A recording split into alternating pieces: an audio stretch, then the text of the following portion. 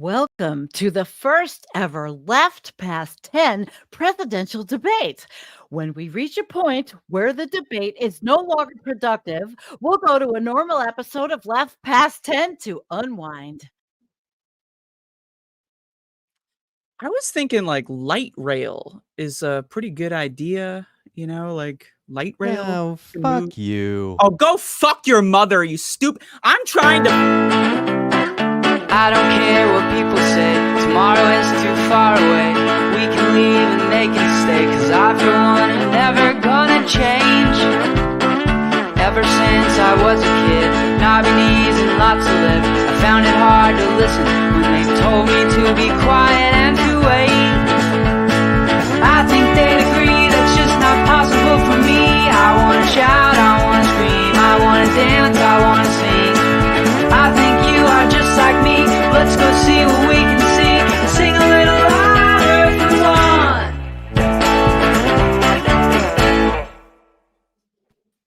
one. Wow, Wait. what the hell? That's an awesome Wow. intro. You guys just make a new intro for your guests every week? Oh, we did that one for you last time. Yeah, we Yeah, make I a don't unique. remember. See, that's how short of a memory I have. It's I okay. look brand new to Long-term me. You're the only one, though. Jake and Really? Andrea went Oh, all out for you on that one. wow. I didn't do Yeah. anything. I appreciate it. I loved it. That was I did awesome. 0% I make work. intro videos Oh, for yeah, every that's not single your one song. of my guests. That's cool. Wow. Yeah, well, you draw your guests and I make them their own intro video based on what I learn about them and graphics. true. And yeah, That's I true. like it. I only do 2 shows a week. Look at this. Wow. How are you? Right off the bat. How is Good, how are you? everyone? Matt I'm Bender's good. dad. How you doing? I've got Matt a Bender's smile. dad is here. Mr. Bender, hello. That's my dad. Yeah. Alan Bender. Sir, I'm frequently in the comments with you. Just want to say I enjoy your occasional snarky remark. Mr. Yeah, Bender people in the people always weeds. ask me. They're like, "Is that really your dad, or is that like a troll, or like a bit?" Like, No, imagine that's- having a that's- supportive father. Like that's something I can only imagine. Yeah. But Matt, thanks for being here. Really appreciate it. No, thanks for having me. This is great. I can't think of a better week to be here, honestly. Yeah. Not much news happening. Very quiet, Well, very there. Oh man. very chill. I was coordinating with a guest for my show, Yasmin Aliyah Khan, and I was like, "Come on, sometime when you're free. You know, you're really everyone is constantly rewatching our interview together. Let's just talk about politics and current affairs." She goes, "How about end of August?" And I was like, "Yeah, I mean, anything could happen by then." And then that was like 2 weeks ago. It's like, no, seriously, anything can happen. Anything. I mean, I'm going away for know. my one week off of the year, the same week of the DNC, because that's like when travel is cheap, and we're going to Florida and things are cheaper in Florida that week because no one's going to Florida because it's like the hottest week of the year. and so we got a great deal and everything. And I was like, hey, it's the week of the DNC. We got a sitting, this was like months ago, obviously. We have like a sitting Democratic president. It's just going to be, the basic coronation. Nothing and interesting's going to happen. It's just going to be your boring incumbent running for re-election And DNC. here we are. And here we are, and I'm going to miss it all. Hopefully they figure it all out before the DNC, and the DNC still is just the convention still is just like the coronation, and there's not like a full blown like fight on the floor, because Are they going to host the DNC at Cop City to nominate Kamala Harris? Is that what's happening? I wonder if they're going to go outside because Climate Defiance is marching outside, protesting. Yep. Oh, they'll be there. Okay, we talked about this a lot last week, Matt. What do you think is going to happen? Because now Adam Schiff is calling for Biden to step aside. Schumer, I hear, and this is all like very recent, so I don't even know, right? Yeah, but, Jeffries, Schumer, and Pelosi, the super friends, they're going in. And, mean, and I don't Biden see- has made a statement saying he's not going to do that, and he looks forward to their Super support in his first 100 days. He's already come out against it, so. Right. I don't see a scenario where he goes forward at this point in terms of, and the Dems win, like with the Dems winning. Like, listen, like there was an assassination attempt on Trump on Saturday, and in the polling so far since that, It did not move the needle one bit. There's no Trump bump from that. So like we like it is, and in fact there was a poll that came out, because you know how the online right at least is blaming Biden and the Democrats, even though the shooter was a registered Republican. We still don't know a lot of information about it, but we do know they were a registered Republican. But he bought a water bottle from Biden once. Factor this in. Right. Listen, if you're donating on inauguration day, my assumption is there's got to be like you lost a bet or something. Like, what's the point of donating to what's the point of donating to a candidate on inauguration day? He doesn't need your money. You're helping you're helping pay their outstanding vendor debts. That's all. You're not helping them win anything. They already won. So I have no idea what's behind that. Also worth noting, it was just somebody named Thomas Crooks. It's not necessarily the same. No, the report. There's been outlets, like respectable outlets, that have confirmed that it's the same person. Oh, really? When he was 17. Yes, when he was like 17 in 2021. Yeah, so he'd be 17 or 16 or whatever. Yeah. That still doesn't make it that a is paid real. hit, and this was the guy to carry it out, and you know, he's a registered Republican wearing a gun YouTuber's shirt while carrying out the shooting. You have a bunch of people who knew you have a bunch of people who knew him saying he always was a conservative as far as I knew him. Like, people went to school with him. You have a neighbor saying that the family had Trump signs in their yard.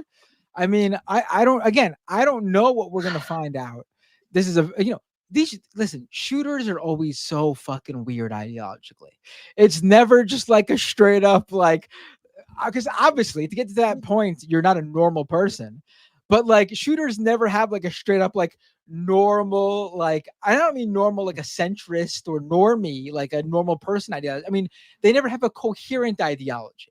Like, you never hear like, oh, I know exactly, I'm a this and this, naming like specific like ways to describe, like, I'm a Adam Smith libertarian, or I'm a anarcho-Marxist. No, they never have any coherent ideology.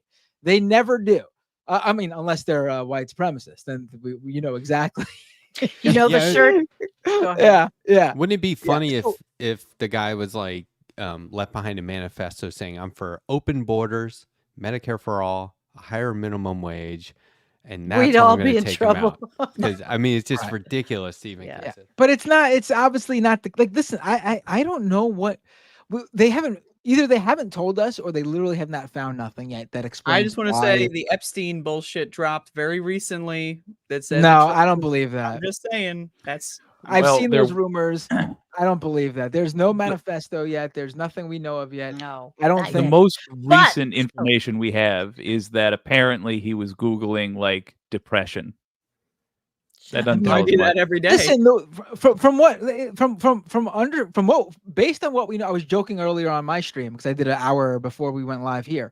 I was joking before on my stream that, like, based on what we know now and how he was a conservative and possibly even a Trump supporter, it would not surprise me at this point if we found out that, like, there was someone in the crowd, because he lived in the area, that he didn't like, and Trump got in the way. Trump just happened to turn at that moment. You're very accommodating here, Matt.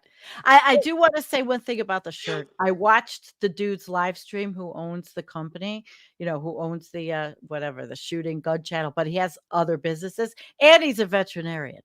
And he has 11 million followers, subscribers to his channel. Yeah, but the thing is, I look at these other channels, they all have. What do you guys have, Matt? I mean, when you think about it, these people are running the world, and I'm not supposed to have a lot of subscribers. 5 million viewers. So this guy was saying he's not so apologizing, but he says he sells all this stuff. Anybody could buy his merch, but he couldn't believe he was thrown into this because he makes his channel only about shooting, not political.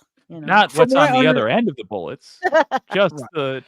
the one end. the targets. From what I understand, though, from I heard some extremism researchers that I've had on my show multiple times. Jared Holt, for example, he's great. They said that it is true that this channel is like one of the more mainstream normie Ooh, gun YouTuber channels. yeah, The guy does focus on just guns. He doesn't really get political. There is political merch on one of his business's websites, but apparently it's a site that allows other gun YouTubers to sell their merch on or something. So it's right. just like he provides like a platform for them and then they upload Mhm. their merch, and that's what that was. So apparently this is like one of the more mainstream gun Oh, I know. influencers out there. I've watched other ones. I've watched many of them, and some of these guys are whack jobs. Holy shit. I think Yeah, the I'm- important thing here is that regardless of the individual shooter, who both parties agree does not represent them, regardless of that person, the world Democrats are trying to build makes this sort of stuff more less likely to happen. It's more difficult for this stuff to happen. And the world Republicans are trying to build makes this stuff more likely to happen. Yeah, I mean, but if you notice how quickly they've moved on from this, right? Like, Trump literally was targeted on Saturday. They had a few days, online at least they're going after. I mean, listen, they're at the point where Libs of TikTok is going after a Home Depot like a 70-year-old Home Depot cashier who posted some like a one-line joke sentence or something on Facebook and got her fired. That's what they're targeting right now because they got nothing. They can't use this. Because how do you use this as a conservative? It wasn't a leftist. We know that now. It certainly wasn't a leftist. If anything, it was a confused guy who was a registered Republican. At the least, the one scenario that least points a finger at them is that the guy was a confused registered Republican. Like that, like they can't go with that. They can't run on the gun thing. And they had that teleprompter screw up where they stepped over their own unity message by reminding everybody, oh yeah, leading up into this event, they were as anti-unity as it gets. So even though they said, oh, well, that was just a teleprompter screw up, they still delivered the message to the whole nation. Remember, we've been rocking the boat. We're the ones that have been making this awful. Yeah, they got nothing to go off of. And on top of that, like there was a poll that came out. Did I mention this just now? I can't remember if I mentioned it on my stream before or now, but there was a poll that came out. Mentioned? Okay, there was a poll that came out. If I could find it, but it was I'm going off what I remember earlier today. Who do you blame? It was like a poll of voters. Who do you blame for what happened on Saturday, the Trump shooting? And it was like the majority of Americans blame the shooter. In second was Trump and the Republican Party's rhetoric. Wow. Yeah. This is Victim blaming. Who did the poll? It was a poll of like American voters. Let me see if I could. Okay. I'm interested in polls now because all of a sudden I've been getting a lot of text messages from different political campaigns, and I'm thinking, do they use the answers on these texts when you answer back in their data analysis? I mean, is this part of polling or is this just bullshit? Great question. Yeah, I don't know because they're always asking you, do you do this? Do you do that? I have tried to answer a couple of times, but then they always ask for money. All right, here's the poll. Here's the poll. It's from it's a Harris X poll. It's a respected pollster. They do polling with Forbes and companies like that. What is the root cause of Trump's shooting? And they asked apparently nearly 2,000 people, 1,918 people.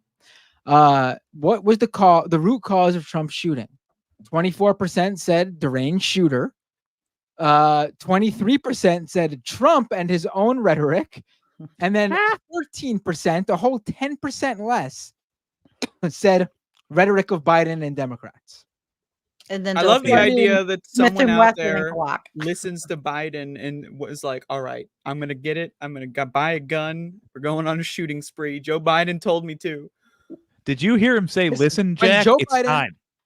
Listen, we all wondered what Biden meant at that debate when he said, "We beat Medicare."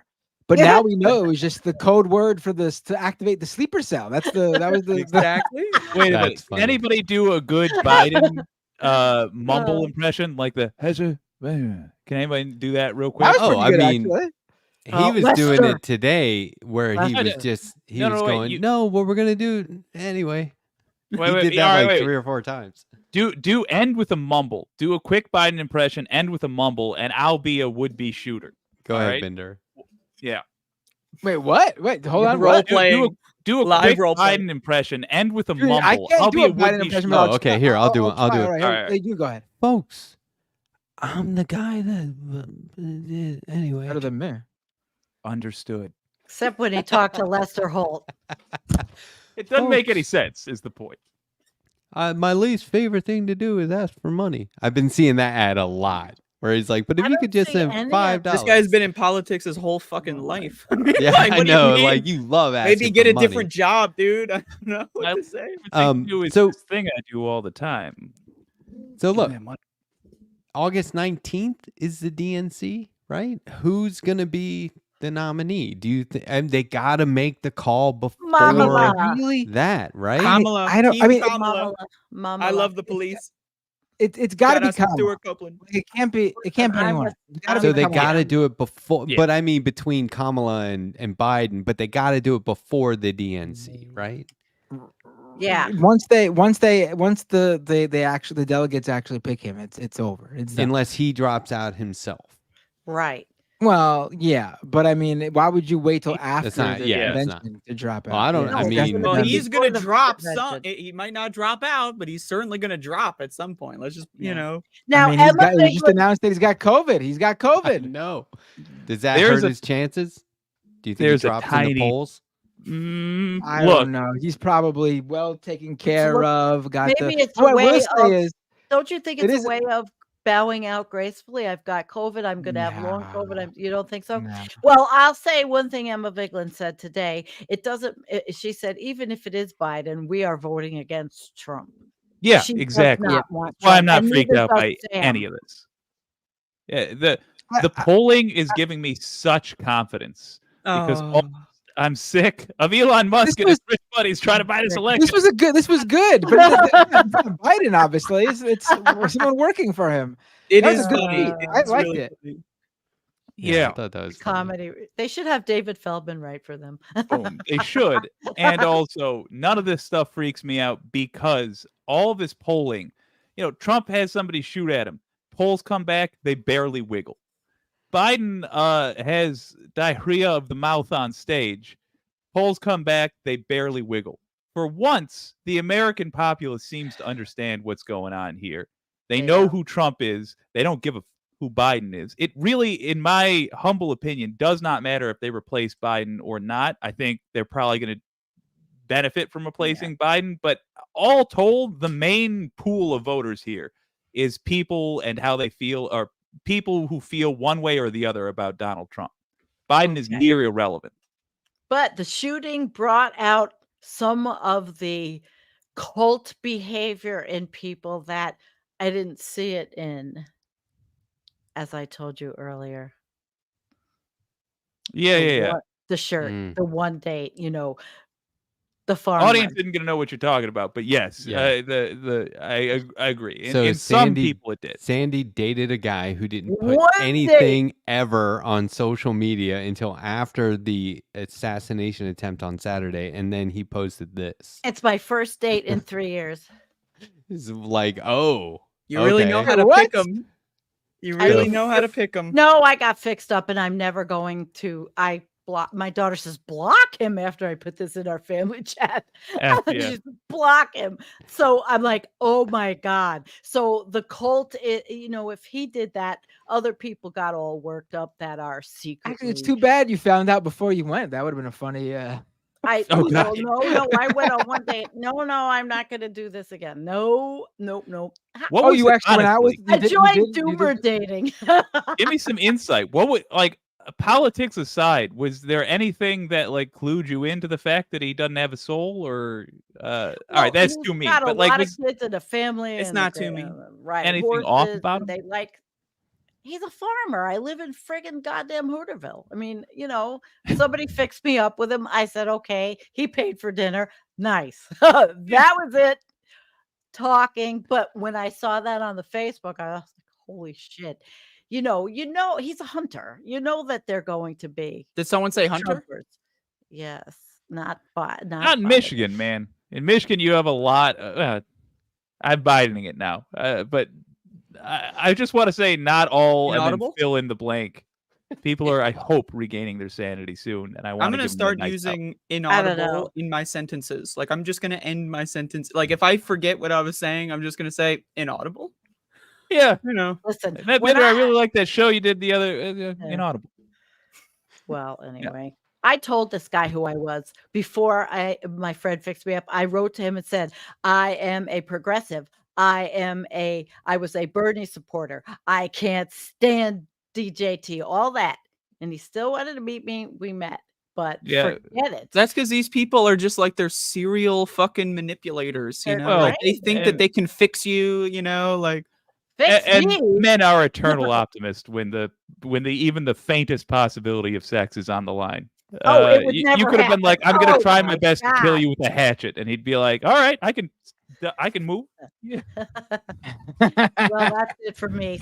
My foray into dating is over. Oh, don't let that spoil it for you. Come on now. Listen, I live in Allegheny County. There is no one here, but Doxed. then you don't know no everybody one. knows where I live, Andrea. What if you find the one guy who's like a hardcore lefty in your area? It could be perfect, right? It could be something more long term. Think about it. The way you said it made me think of those dating ads that come across on like shady websites. It's like find local lefties in your area. Oh my God. Yeah, I'm not exactly. using a I'd dating love app. to. Never, ever. Well, the Must good believe news- in climate Oh, change. wait. No, Wildly inappropriate joke. The good news is I've gotten a lot of great left-handed hand jobs. The bad news Oh, is yeah, right. the advertising on this misleading. Brett turned me on to a Leftist Discord. He turned me on to the Discord collapse aware dating. And I went into it. I'm like, oh, Jesus Christ. Well, Matt, my channel we cover very heavy climate, global warming, collapse, awful. I remember. Yeah. Yeah. Okay. Well, I thought you were telling me. I was like, what? No, Matt You Pitzer. got two They Matts. call us doomers, and collapse is. I do a show once a week called Last Week in Collapse because of all the things happening all over the world. It's a genre, but it's a belief system that is based on science, and it's not even a belief system. It's what's happening. So they put me. I went in there, and I'm like, well, they're all like 25, Which I am the Mother Earth, sorry, of the channel. Somebody else called me the Madam Butterfly of the I dating am channel. sure that there are plenty of people that would love to meet you, Sandy, in that Discord. I'm sure. Yeah. Okay. But keep us up to date, please. This is exciting. It's never gonna happen. Let me know when the 25-year-old slide in your DMs. Keep me posted. Sandy, I'm living vicarously through you. Sandy dating stories are the best. Are you kidding? My life is spraying my powdery mildew zucchini with. It's a good life. With I wish I could have zucchini. Are you kidding me? And bears in my yard, and broken trees, and wind, and tornadoes. What's the poor man's zucchini? Would that be a cucumber? My mildew. You know what? This joke at the moment's past. I'm sorry. Inaudible? Bye. Yeah, inaudible. Ah. Okay, so we have like a month, right, for them to figure this out, and Biden Operation remains Coconut Tree? defiant. Yeah, Biden remains Oh, defiant. So Yeah, I don't pretend to know. Like I'm not one of those people who are gonna be like, oh, this is what happens. That's what I don't know what's gonna happen. I'm saying what should happen. We don't know. Like it would not surprise me if Biden didn't drop out. That would be very bad. But like this is a very winnable election for Democrats. Every single poll has showed over and over again that in swing states, the the Democratic senatorial candidate, for example, is polling like 10 points or something ahead of Biden, and they're polling above their Republican opponent, and Biden's polling below Trump. I saw one that was like a 16-point differential between the Senate and the presidency. That's insane. That's insane, right? Isn't Rick Scott down in the polls in Florida? Isn't he down? I didn't see that. Is that true? It might be. Oh God, I hope so. And Biden aside, guys, that's great news. That's fantastic news. Because that's people paying attention. That's people who actually have an informed opinion. If you're thinking, I don't like Biden, but I do like this senator, that means you've thought about it for just 5 minutes, like the thing I've been hoping Americans do. Wow. Give us at least 5 minutes of thought, please, America. Debbie something. Yeah. Debbie is running against Scott. Wasserman. No. No, not Debbie Wasserman. Is she doing no, this is a new running for anything. Vote Jen Perlman. Yeah, right. Oh yes. Oh gosh. So, any fun sort of? I mean, do you want to entertain false flag conspiracy theories? Yes, got any absolutely. Fun false flags? I'm all in. I'm all in. Tinfoil hat. I'm all in. All right, it was staged. None of it is real. All right. First, I admit, okay, it's possible that. First of all, Thomas, whatever the fuck, Crooks. Give me a break. That's not a real name. Okay, I'm sorry. They made that shit up. Go ahead. AI generated. Crooks? AI generated name. On the nose. All right. For the point of YouTube, this is a bit. Go ahead. Yeah, this is not a bit. All parody. This is not a bit. This is real. Bit. All right. So saying it's not a bit is the bit. Saw this guy on the roof 20 minutes before doing anything. 20 minutes.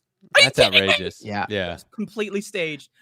This guy showed up on the roof before Trump walked out. Come on. So Trump put him up there? We don't know. I don't know. No, okay, Dr. Jill Biden did. If it was staged, I don't think Trump was a part of it. Yeah, for sure. Okay. There's no way he would. Here's what'll happen.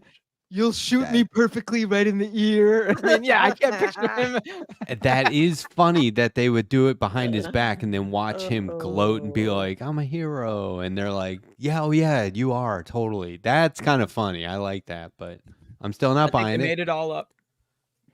I honestly don't believe any of the pictures, with AI and deepfakes. The guy died. Like, did he get shot in the ear, or did he get shot? The glass hit his ear. There's all these different theories going around. It's AI generated photos and videos. You can't believe anything you see, kids. I'm sorry, this shit was not real. I don't even think he got shot. I don't even think guns were in a 25-mile radius of Butler, Pennsylvania. To be honest with you, have you ever seen one of those bullets? There is no way he would have been walking around the next day like that if the thing even nicked his ear.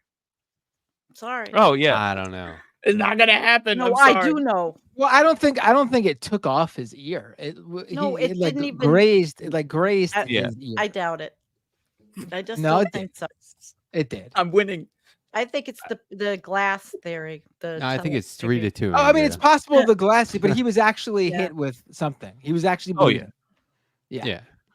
Joking aside, the Secret Service at this point, after finding bullets on the roof, letting somebody just wander around the White House, the civilians being like, "Hey, right there, right now."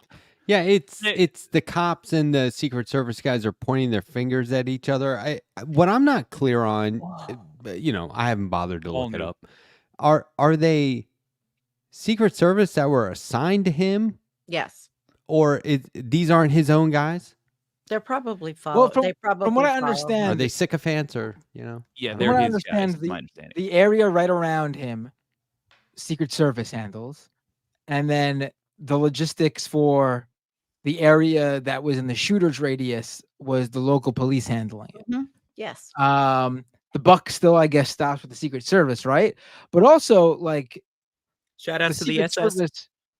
The Secret Service who is up close with him, they're not the same level of involvement with the they deal with immediate threats Even to the president's life. Like Even that's why they if- have a handgun. They're not gonna scope out But- a guy. Like, but this they is are on also in snipers charge. up on the roof. But those same people are in charge of picking the assuring that the venue in general is safe, like scouting it out beforehand. They're in charge of picking the route to go to the venue. And most importantly, if they want, they can call the local police and say, we're handling this. Or call the local police and say, give us what your plans are for handling this. There is no combination of words that will make it so that it's not the Secret Service's fault that this happened. Although they are trying to pin Yeah. it on the director of the Secret Service, the right wing. They're saying it's a DEI hire and it's a woman, and those idiots. Yeah, on I that love that note, they're I using just want DEI to point against out, white women. Trump's Secret Service around him Pissed now me are off. the people he pulled over from when he was president who are sycophants. And it's not a surprise to me to find out a bunch of Trump lackeys didn't do a very good job of, their job. Well, did Shout out to that guy that got shot and Is that killed by true? them. I don't think they get to pick exactly who is in there. The last time, I should say this, the last time I checked was a year ago. So that may no longer be true. This might just be the Secret Service in general. But at one point, like the people that came with him were the people that he liked, I guess. And those are the people that were guarding him in like Mar-a-Lago. Right. Yeah, it's true. Now that he's out and about, it could be different teams all the time. But regardless, there's no. It doesn't matter if the local cops drop Look the it ball. up. Then they shouldn't have been given the ball to drop. Right. We're gonna have I wouldn't trust all over the country. I would- yeah, I wouldn't have trusted the local cops to begin with. because Like, they're these are local not- cops. They're Yes, experts and in it's a small writing town. speeding tickets. They're not It's a small experts in town. Very yeah. small town. That one guy, Hawkeye or whatever, looked like he meant business. I don't think he was local Yeah. though. But that was No. like, if that guy shows up anywhere, you're like, you got me. I don't know what to do. But do you think? Because wasn't it like it moved so fast, and I don't know, but wasn't it like Monday that Judge Cannon dropped the classified documents case? Do you think that was a result of this? No, Or Ken was she gonna do that always do anyway? that was She's in a the huge works. Trump fan. But Yeah, timing wise, like do the you think Trump it was vote. like, oh, I think she No, was it was using like a this. 97. It was like a 97-page report or something. I doubt she was Right. like, "Oh shit, let's write this in 2 days." no, but like, let me throw this right? out That'd be there. awesome. I'm with Matt on this One one. hell It's of like a fucking team. sesh. I think that report was written or close to being And she's written. just waiting to drop Yeah, it before this the happened, and RNC. she's like, this "Oh, was look, Yeah, other headlines. This will bury this. I won't have to deal with the press from this for long. Now's when I'll Right. make this decision that I was always planning on making." That's what I think. right. happened. She released it that day to cover her ass. Yes. Yeah.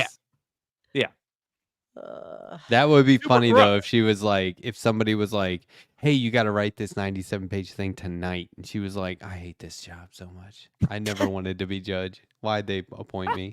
I don't even I know used to what work I'm at a doing." TCBY, man. I wish I could do that again. Has anybody read that? Not here, but has anybody claimed to forbid have we read read it. that? 97 pages from her. I mean, I think we get it. You dropped it, right? Like legalese. your Yeah, argument but is crap. They have to write all that. But has anybody read it? Do you think? I've read the whole thing I 6 haven't. times actually. Yeah.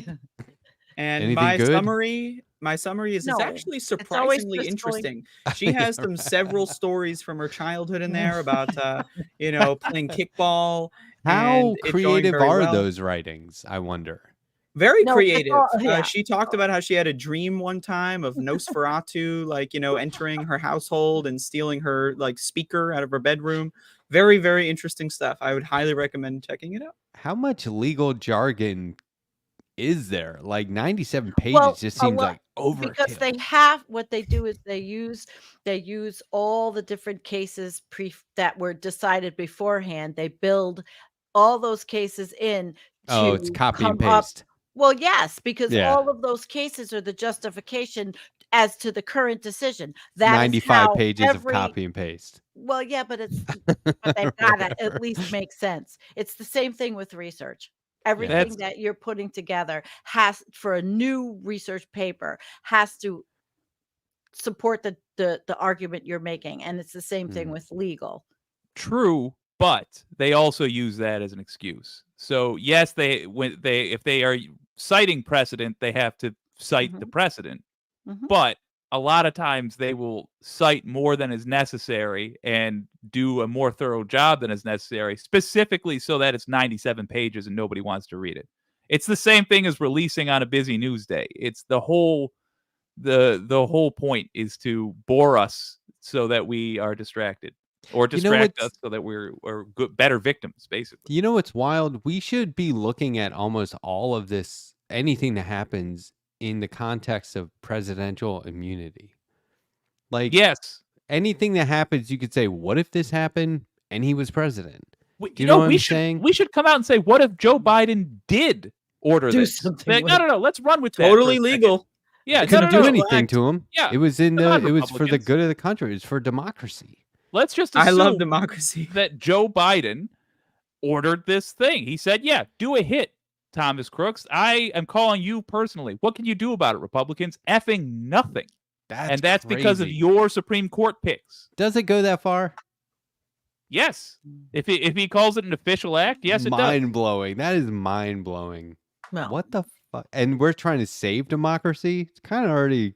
And if you don't think it's an official act, for the record, it doesn't matter because you're not allowed to investigate it. The horrible Chevron decision. We're going to be screwed if the judges think that they can make decisions on our health. Yes, and our well-being and our environmental. Yes.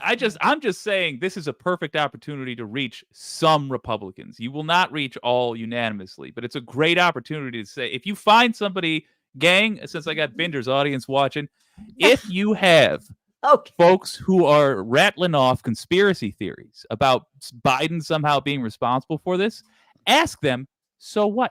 If he is, so what? What are you going to do? Because the answer is you cannot do anything. And the reason for that is because of Trump's judges. So you're assuming that Republicans operate in reality and understand the English language and are able to logically parse the English language. You will have to make arguments that are excellent, and you will have to make the kind of arguments that should instantly win many, many times before you get any sort of breakthrough. But it's not impossible to get a breakthrough on this. You just have to be consistent. You've got to do it often.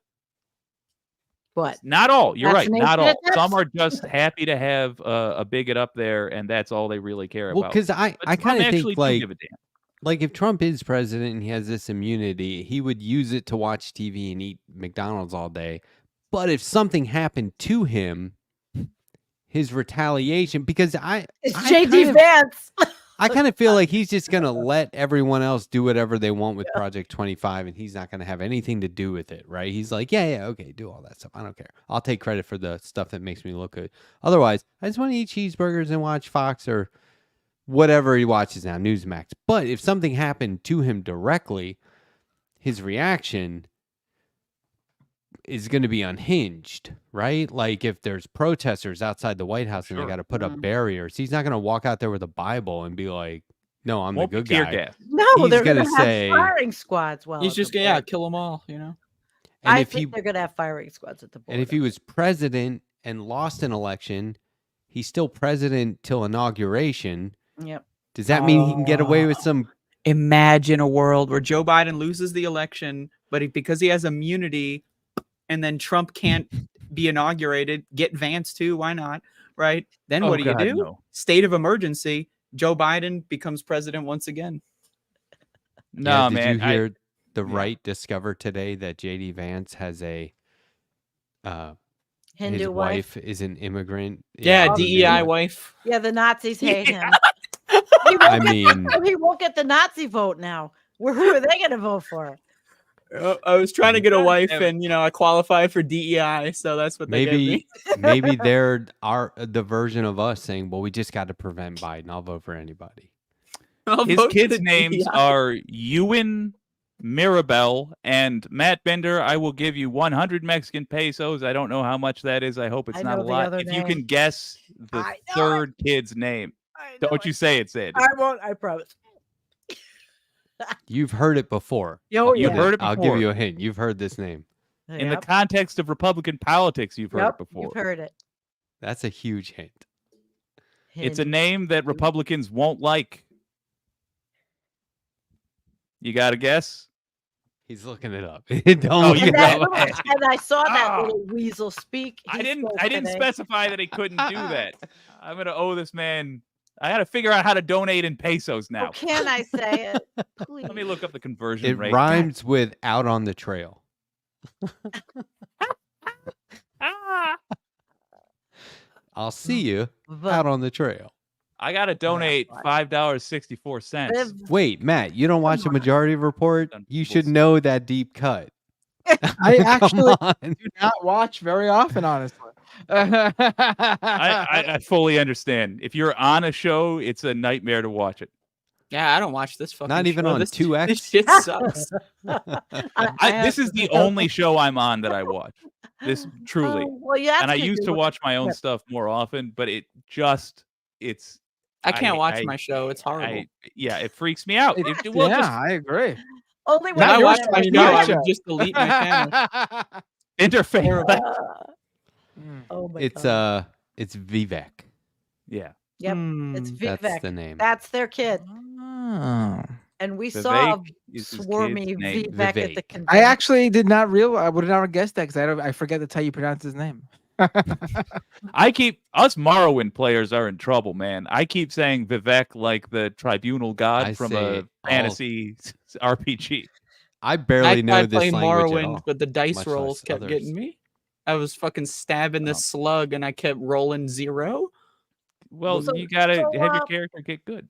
What do you guys think I of just played Oblivion instead. JD Vance? What do you I think of read him? something today. Granted, it's not from a verified source. My wife texted me this, that he thinks people without children should have less voting rights. I don't really know what you mean by that, but like, what? JD Vance don't- is just AI generated Republican candidate. Like this guy is Yeah, I feels feel like like he's just not. He's just He wrote a totally book. full of it. He wrote the book Hillbilly Elegy. Yeah, I think that was And BS too. I You think know he's what? just full of The it. thing about him, if he had such a traumatic background, I honestly think between him and Charlie Kirk, they both look like they have fetal alcohol syndrome. Sorry. Oh, but I don't think. It's like It wasn't Oliver me who Twist. said that. I don't endorse I said these it. comments. In fact, I think we're gonna have to put all creative efforts with this show on hold because He's of like- these very inappropriate comments here. He's like Oh if my Oliver God. Twist grew up No, to it own a wasn't. series of Sad. really nasty orphanages, like really abusive orphanages. I That's actually saw JD an Vance, interview with man. somebody today who's written about this extensively on the Majority Report, and apparently he just summered in that area. And he was Oh, for not God's born and sake. raised there. He's a suburb guy and just Awesome. That's amazing. not a hillbilly whatsoever. You know, That's amazing. I mean, I'm more of a hillbilly than this motherfucker. I grew up across the street from a farm. That's such There you go. such a fancy way to put it too. That is how we should say it. He summered there. that's what I love yes, these like- motherfuckers that summer, like as a verb, like, hey, are you guys summering this year? Oh yeah, I'm summering. What the fuck? But Who the he's fuck just says that shit? he's What a Peter twat. Thiel's guy, right? So he's just it's the money. Like Trump got him, and the It is next Lebowski. day, or wait, now I might have the timeline screwed up. When did Elon Musk vow $45 million a month to Trump? That Was was like in after the last Vance? week it came out, but But it Why was is he after getting and he the Vance. probably has set it up over the last couple months, I would imagine. Because there's a right? Peter Thiel connection there, I believe. I don't know, but he picked him for the money. That's all. It's all Yes. bullshit. JD Vance is full of shit. They all are. We have a question in the chat. Why is the person on the bottom right moving around so much? I have autism, so that's why I'm moving around. You ableist fuck. Yeah. Is that a related thing to autism? How did I not? I don't know. that? Maybe I'm gonna use it to my advantage. His nerves. Yeah, go Oh, fuck And yourself. I'm inappropriate. No, it is. There's a term for it. Also, I I'm forget what drinking it alcohol. is, but Is it it's is it stimming? Yeah, I'm stimming the fuck out of Yeah. myself right now. You can't So- stop me. I do it. I move, but I move. so these guys are all full of it. It's Mhm. obvious to a lot of people. I think in bad faith, their base to a degree is like, no, yeah, no, they're telling the truth. We know they're not. they're telling the truth, and then the rest of the base is like they're telling the truth and we believe it wholeheartedly. But like, does the RNC? I don't even know about the DNC, but does the RNC do anything outside of just showing off to their base and to each other? What do they do anything to persuade undecided voters or Democrats? Like, hey, these guys make a lot of sense, or they're incapable of it. They don't have the temperament. They don't have the knowledge. And no platform. They so talk it's a about lot all of of money. their complaints, It's a lot of money to let everyone know Trump is the nominee, which we've seen for a while now, 5 years or 4 years, and like, what's it for? It's a big to do. It's a big expense, and what's it for? And like, so then is the DNC like that? Is that what the DNC is doing? Same thing? DNC's got a good reason this year. They send out information on the things that they are supporting, actually. I get it. I see it in the mail, and the things that we will lose, women's rights specifically. It is now. It's now. I think the table has been set for this political matchup. Right. And the Republicans just don't have the actual ability to play to the middle. Democrats only have the ability to play to the middle, but here's the deal: the teams are locked, and those undecideds or unmotivateds in the center. Basically, it's our job as people who talk into microphones to demonstrate to them that Trump running things is bad, and also to show Trump's voters how he is currently hurting them. I think that's the biggest deal, because we've got enough Trump appointees, Trump decisions made that we can point to them and be like, okay, people of East Palestine, this right here, this train crash, Trump's fault. Here's him announcing that he's going to reduce regulations. The very regulations that would have prevented this train crash. And these are that's the best way to make an argument, is to use cause and effect. Yeah. And the great news, that I think the great pitch for us, is we can be honest about how we feel about Biden. We can be like, why are you so obsessed with Donald Trump? You think I like this guy who's on my ticket? I don't. Fuck. You want to put him in prison? Good. I'll help you do that. Help me undo some of these Republican laws so we can throw both our guys in prison. Then we'll both be happy. I'm down for that, man. Binder, Jake and I were talking a bit before we went on air, and I always make the point that Bernie Sanders doing Fox News town halls was like absolutely the way to go in terms of winning over anybody from the Republican base. Do you agree with that at all? I mean, it's hard to tell because that was so long ago, and things are different now. But I maybe then I did. Now I don't know. I don't know. If he had been really president? don't know how effective that would be. Yeah, maybe.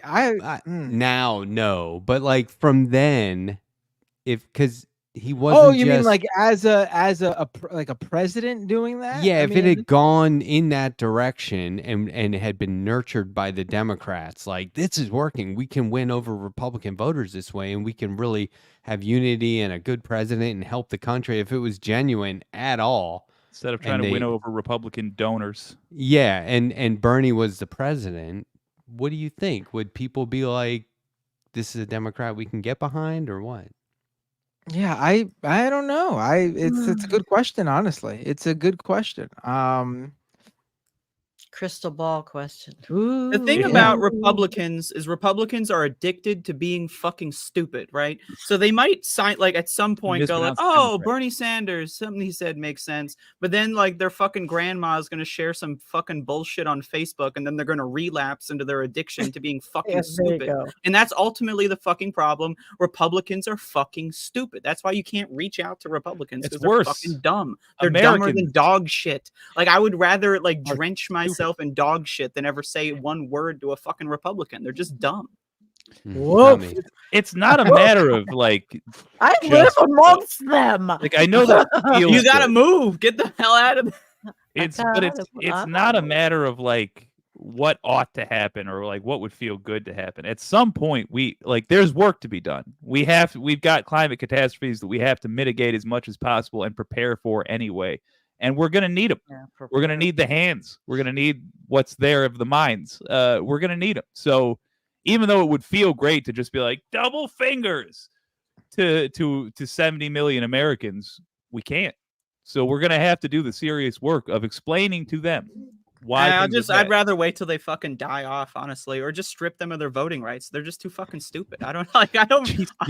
You're right though, Jake, because like we were kind of watching some of the RNC tonight without sound, and we kept going, "What the fuck is happening right now?" That sounds like a horror film. Like we were looking at some of this stuff. There was like kids in suits, all dressed like Donald Trump with American flags. They were each holding them, and he had crazy eyes. And I was like, "That's going to be all over the internet tonight and tomorrow." Yeah. Watch.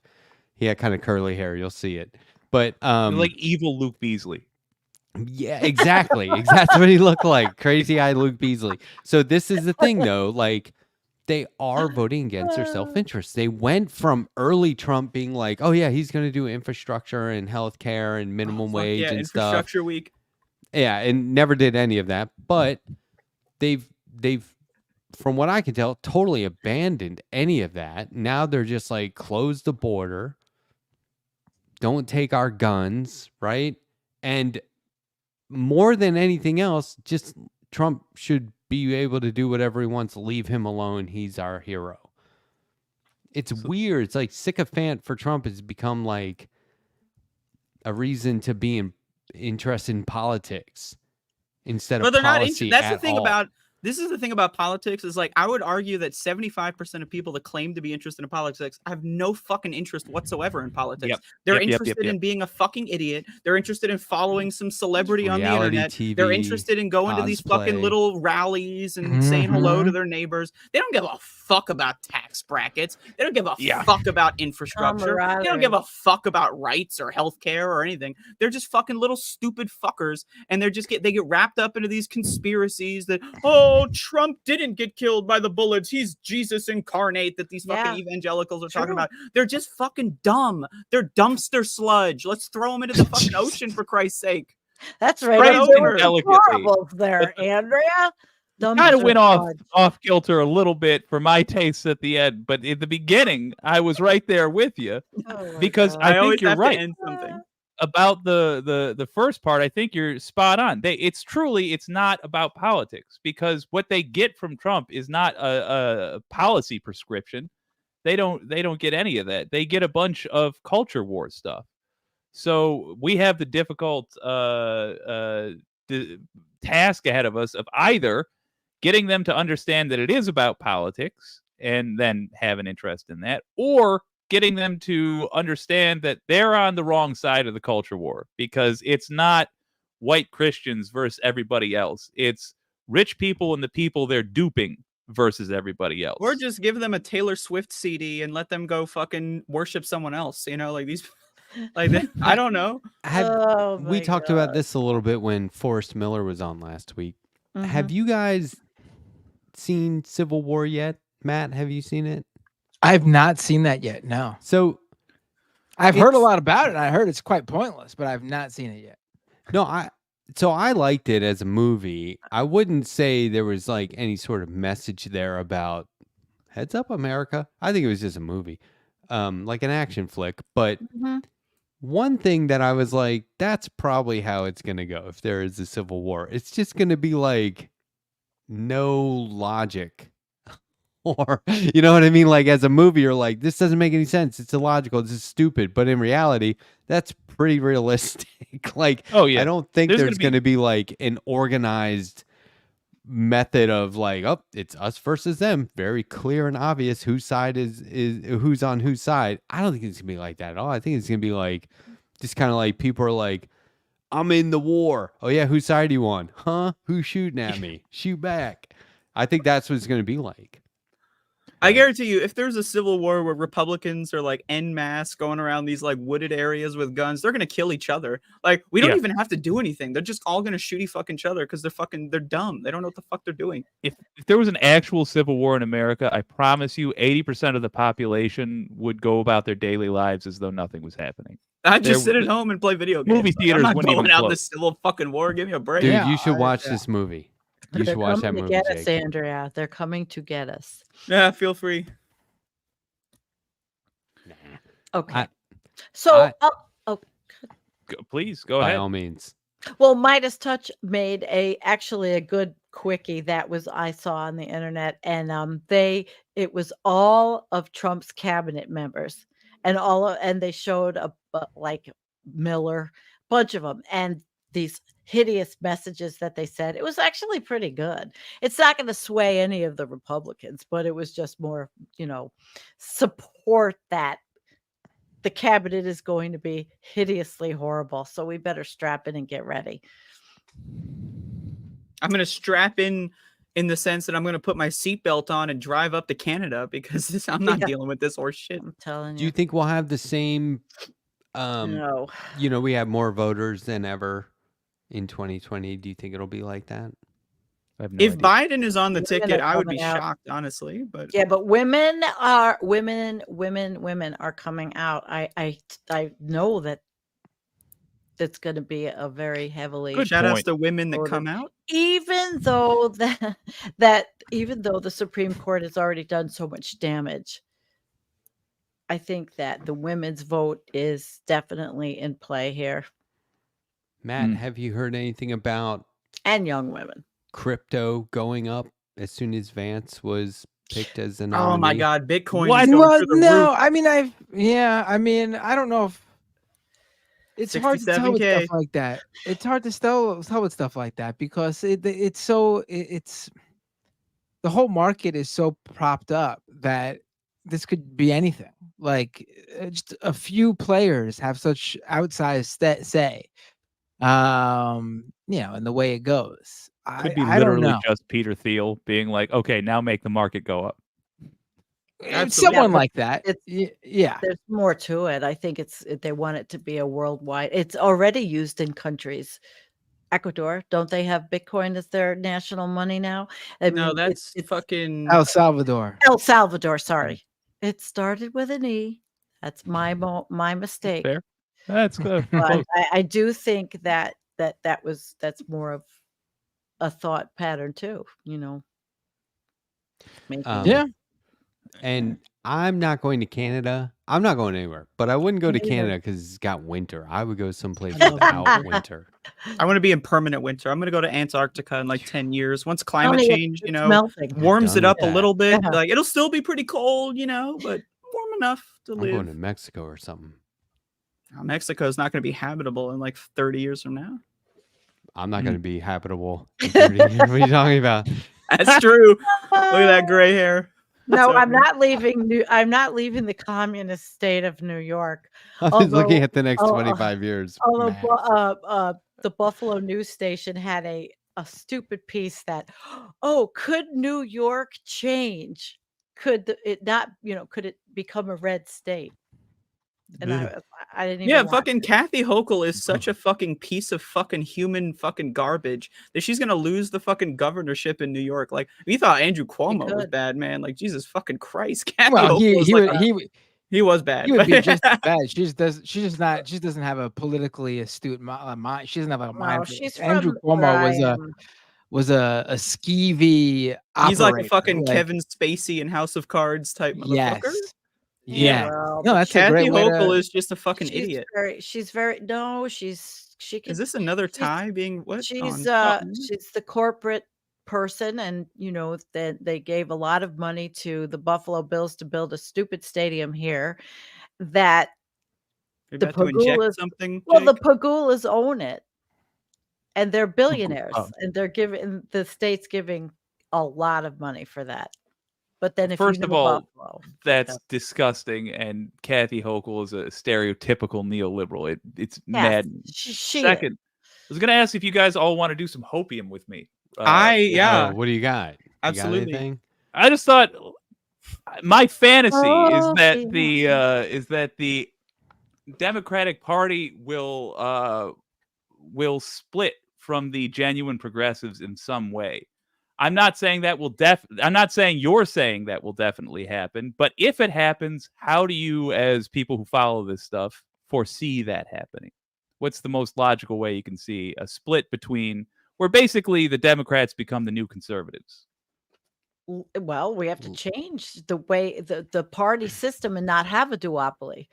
So what laws have to be repealed through the Supreme So you Court? think a Or whole part, like the whole system changes yeah, before the have Democrats to, become the new conservatives? like what happened in the UK, Yeah. France, to have multiple parties that are legit. Ranked choice Pro- voting. progressives, anyone who's not a Mhm. neoliberal goes Right. hard for labor Mhm.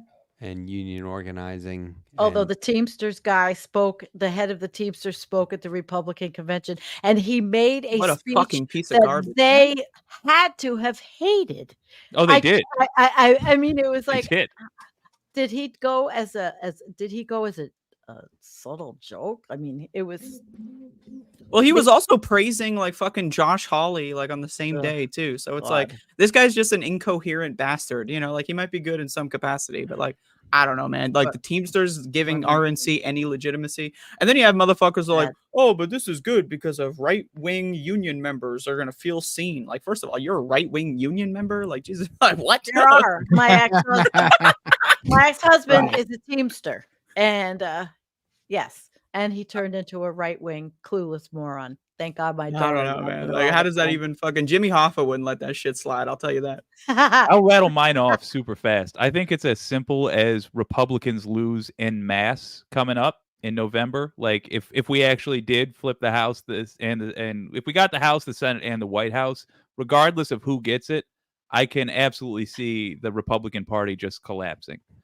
and then being replaced by the Democrats, and then the Democrat spot in the ecosystem being So that's replaced like the by. way to avoid collapsing the duopoly?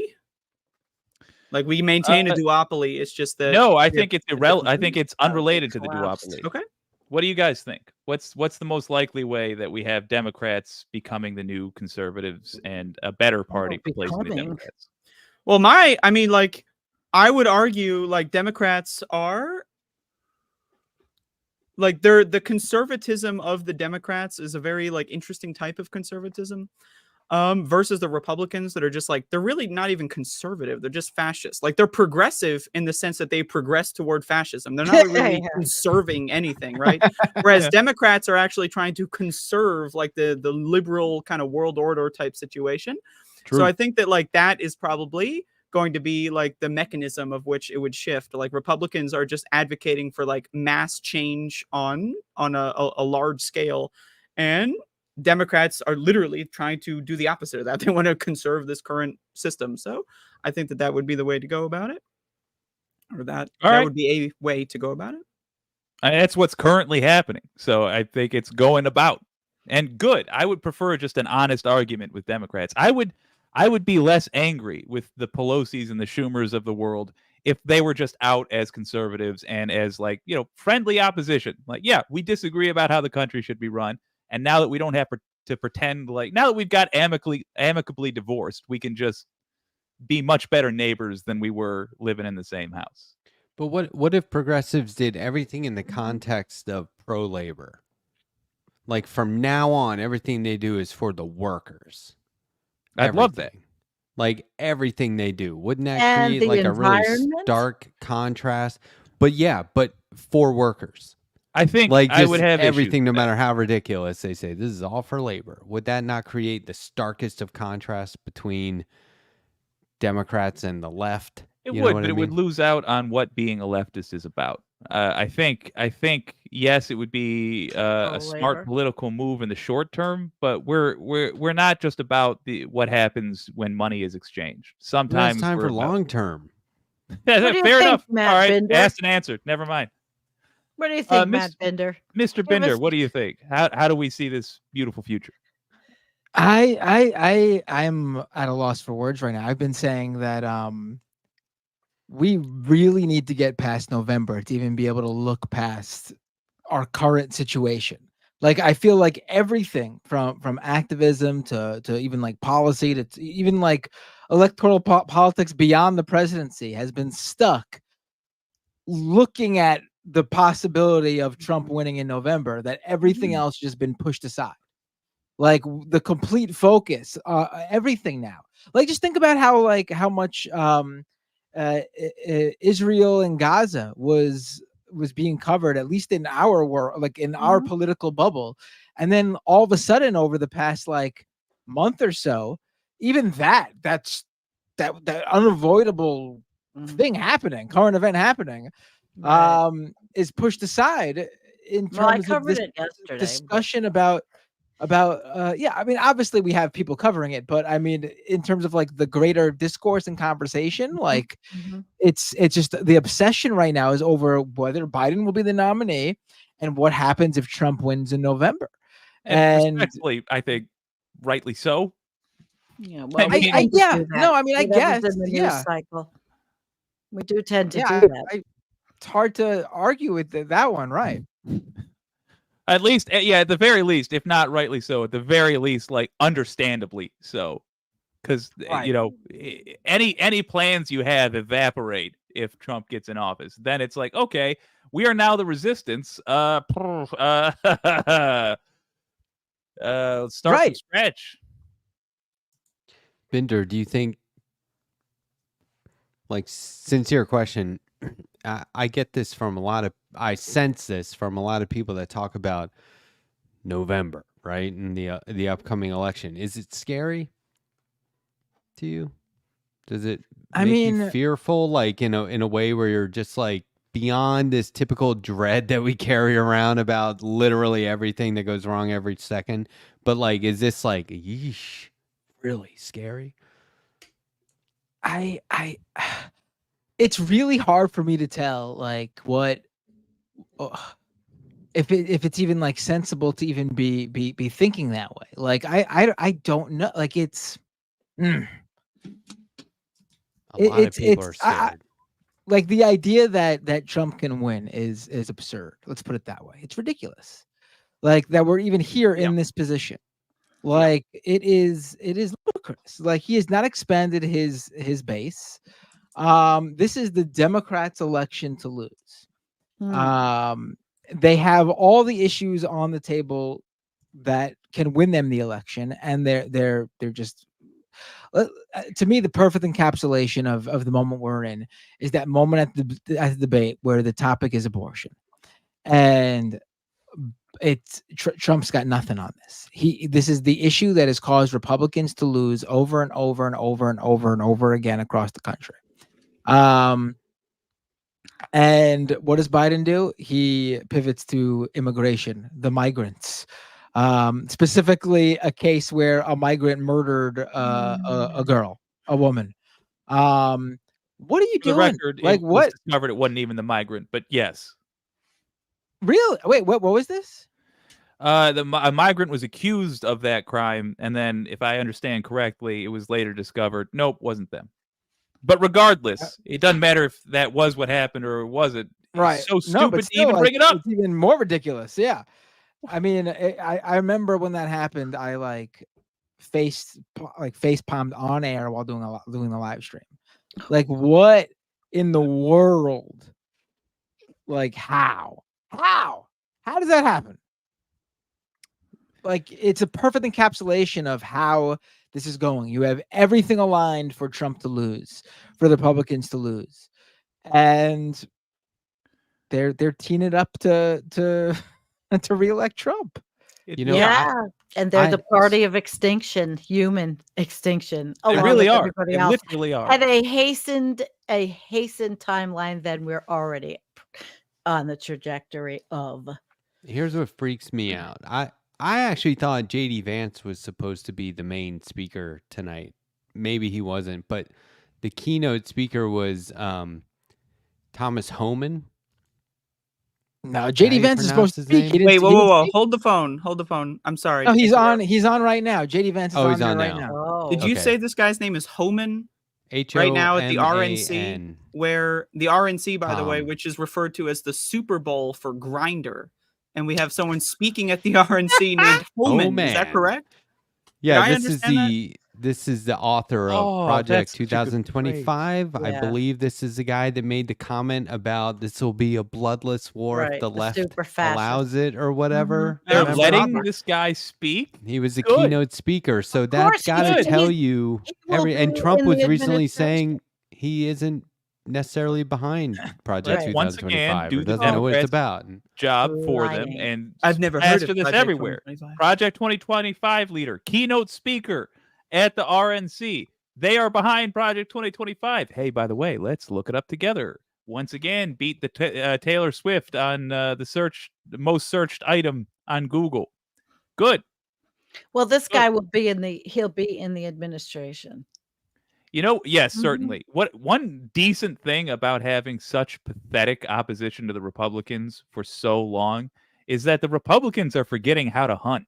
You know, it's like they've been living on an island full of dodos for the last 16 years, and suddenly like they're just doing things that are obvious mistakes, like inviting that guy to speak. We can jump on this. We can use this. Yeah.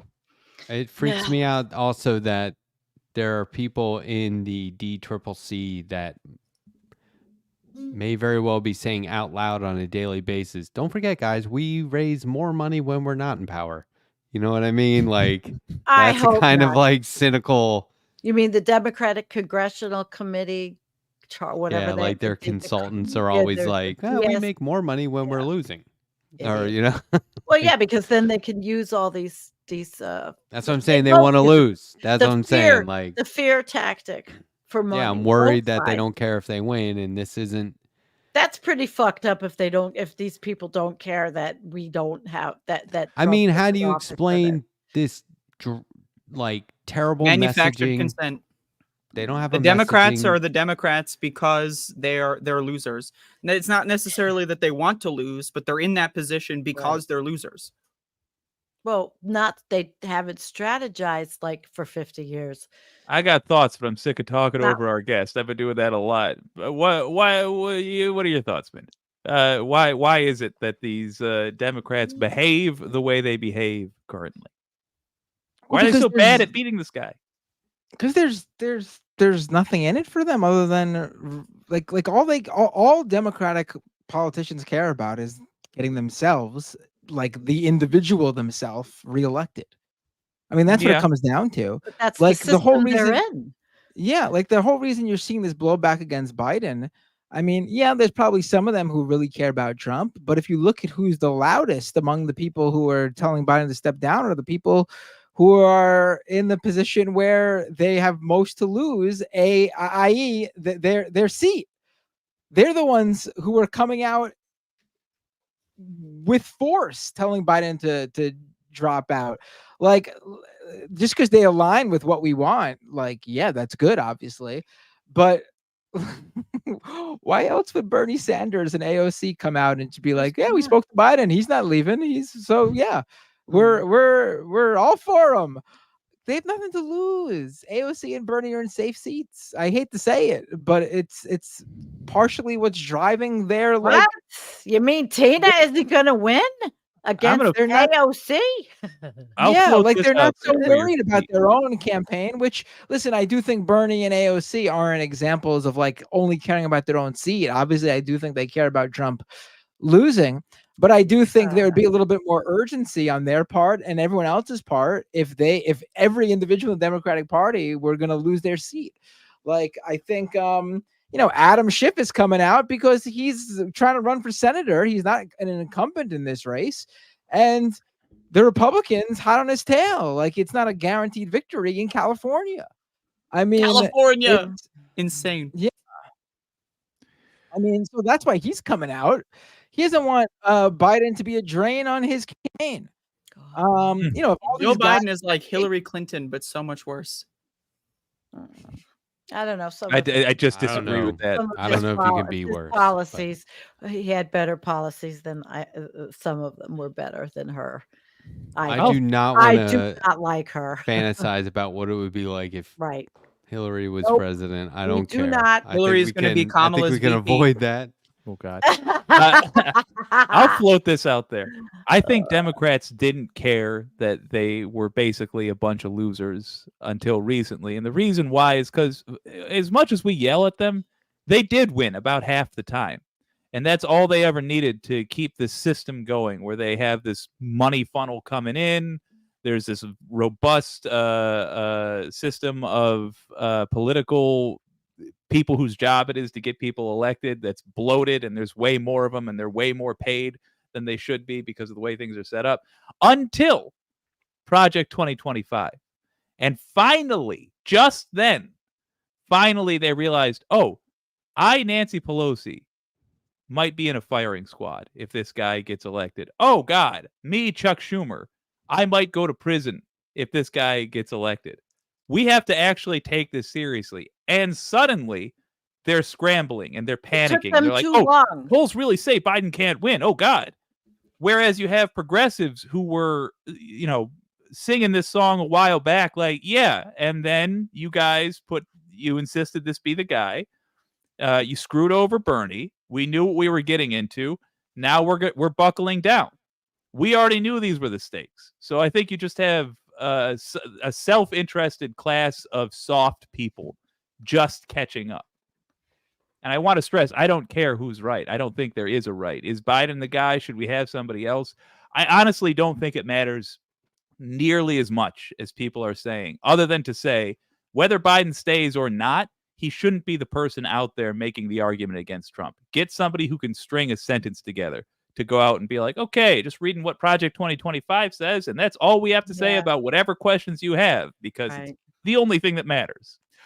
Read it off. Well, no, it's not. There's so much more that matters. I mean, honestly, it is. If you're talking about, like, are we going to have a democracy or not? Right. It really is. Right. There's no need to have a conversation beyond 2025. We will lead the world if Project 2025 is implemented. We will lead the world down the drain much faster. Yeah. So what's going to happen next? There's all this crazy stuff happening all the time. I think Biden's dropping out. I'm going to call it. I'm going to put it down. After the RNC, he drops out. Are we all going to put it? What do you...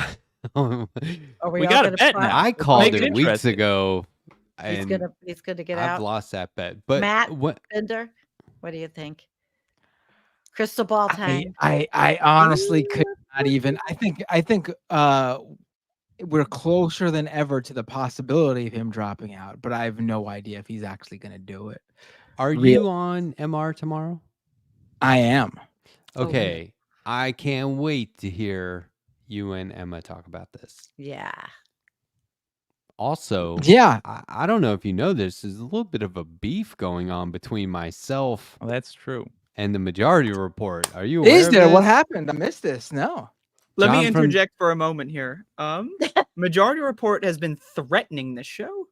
Threats of the legal variety. Sam Cedar, with his ivory tower law school background, is threatening cease and desists against us. Matt, not you.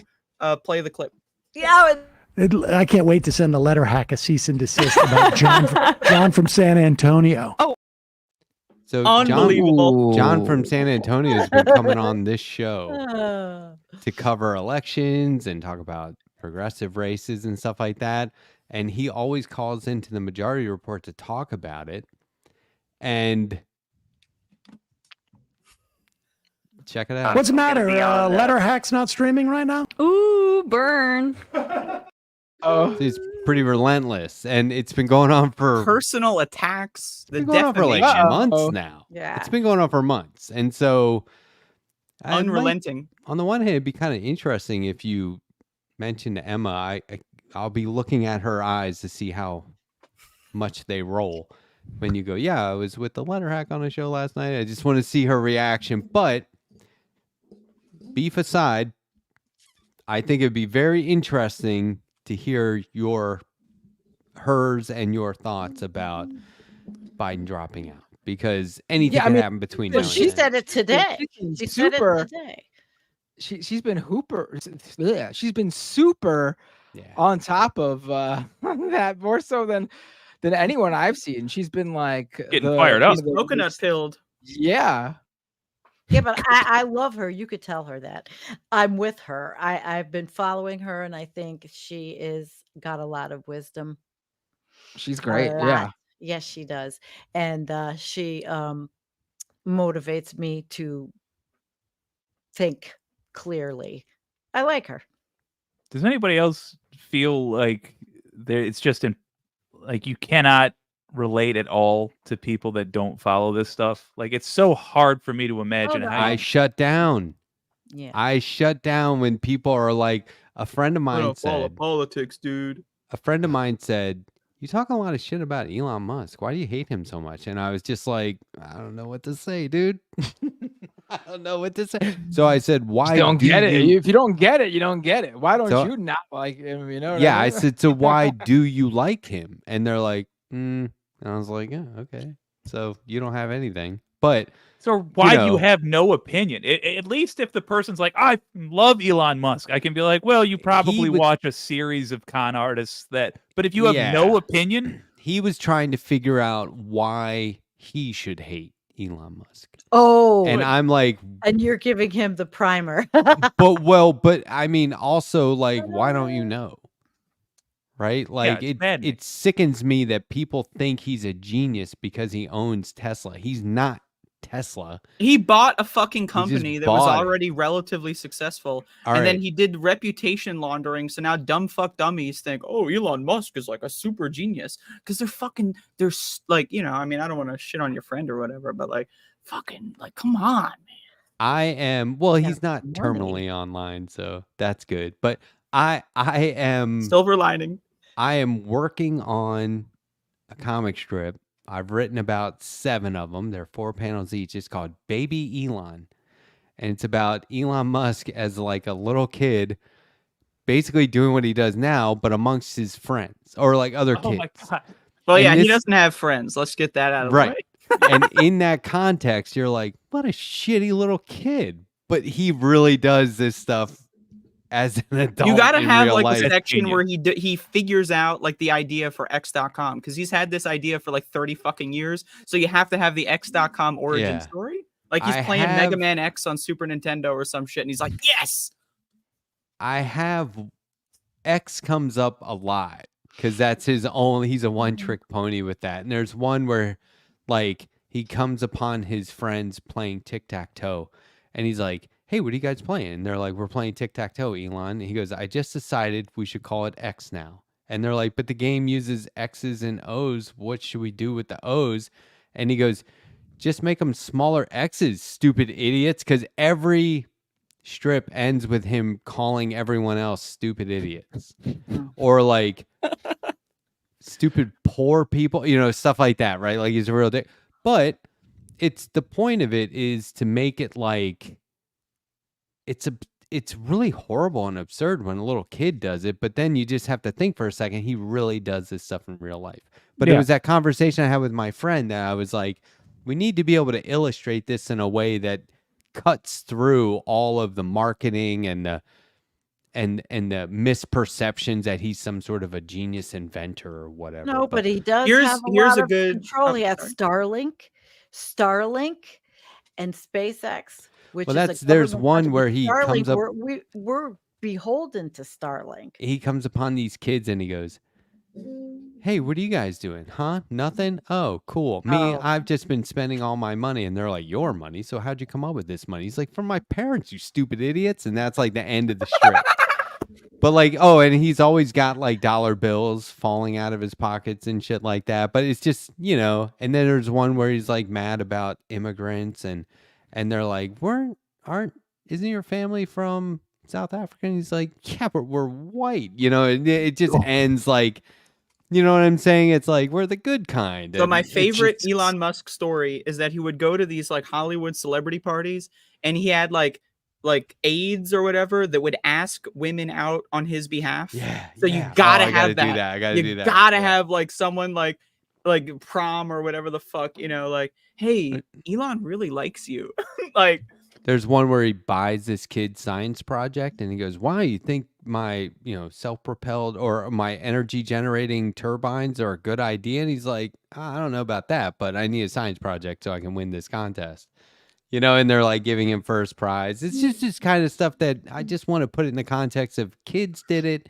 You'd think it was terrible, but if adults do it, he's a genius. Just like I was saying this. Okay, remember the submarine billionaires?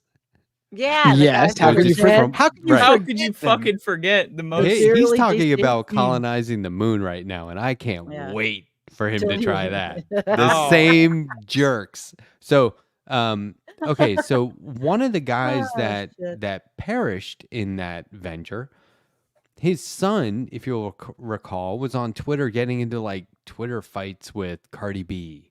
Remember this? And talking about like going to concerts and picking up chicks. And they were like, dude, aren't you worried about your dad? And he's like, I got to live. I said at the time, remember this person. He's going to inherit his dad's billions, buy something one day, and the media will call him a genius. And you'll forget all about this. So don't forget about this. He's just like the rest of them. He's a spoiled brat, basically.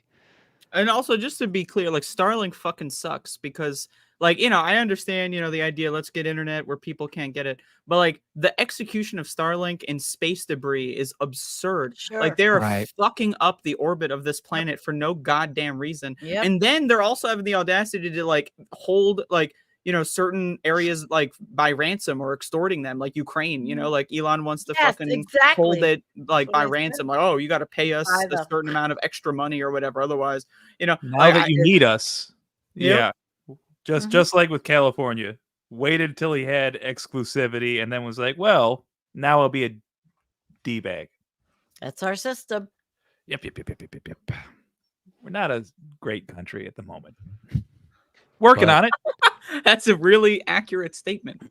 It is 11:30 p.m. Eastern, and how did the time fly so quick? I feel like I was. I know I did what I usually do. I start out really hot, and then I tire myself out, and then for a little bit, I just sit here and listen to everybody else talk. I do it on Leftist Mafia all the time.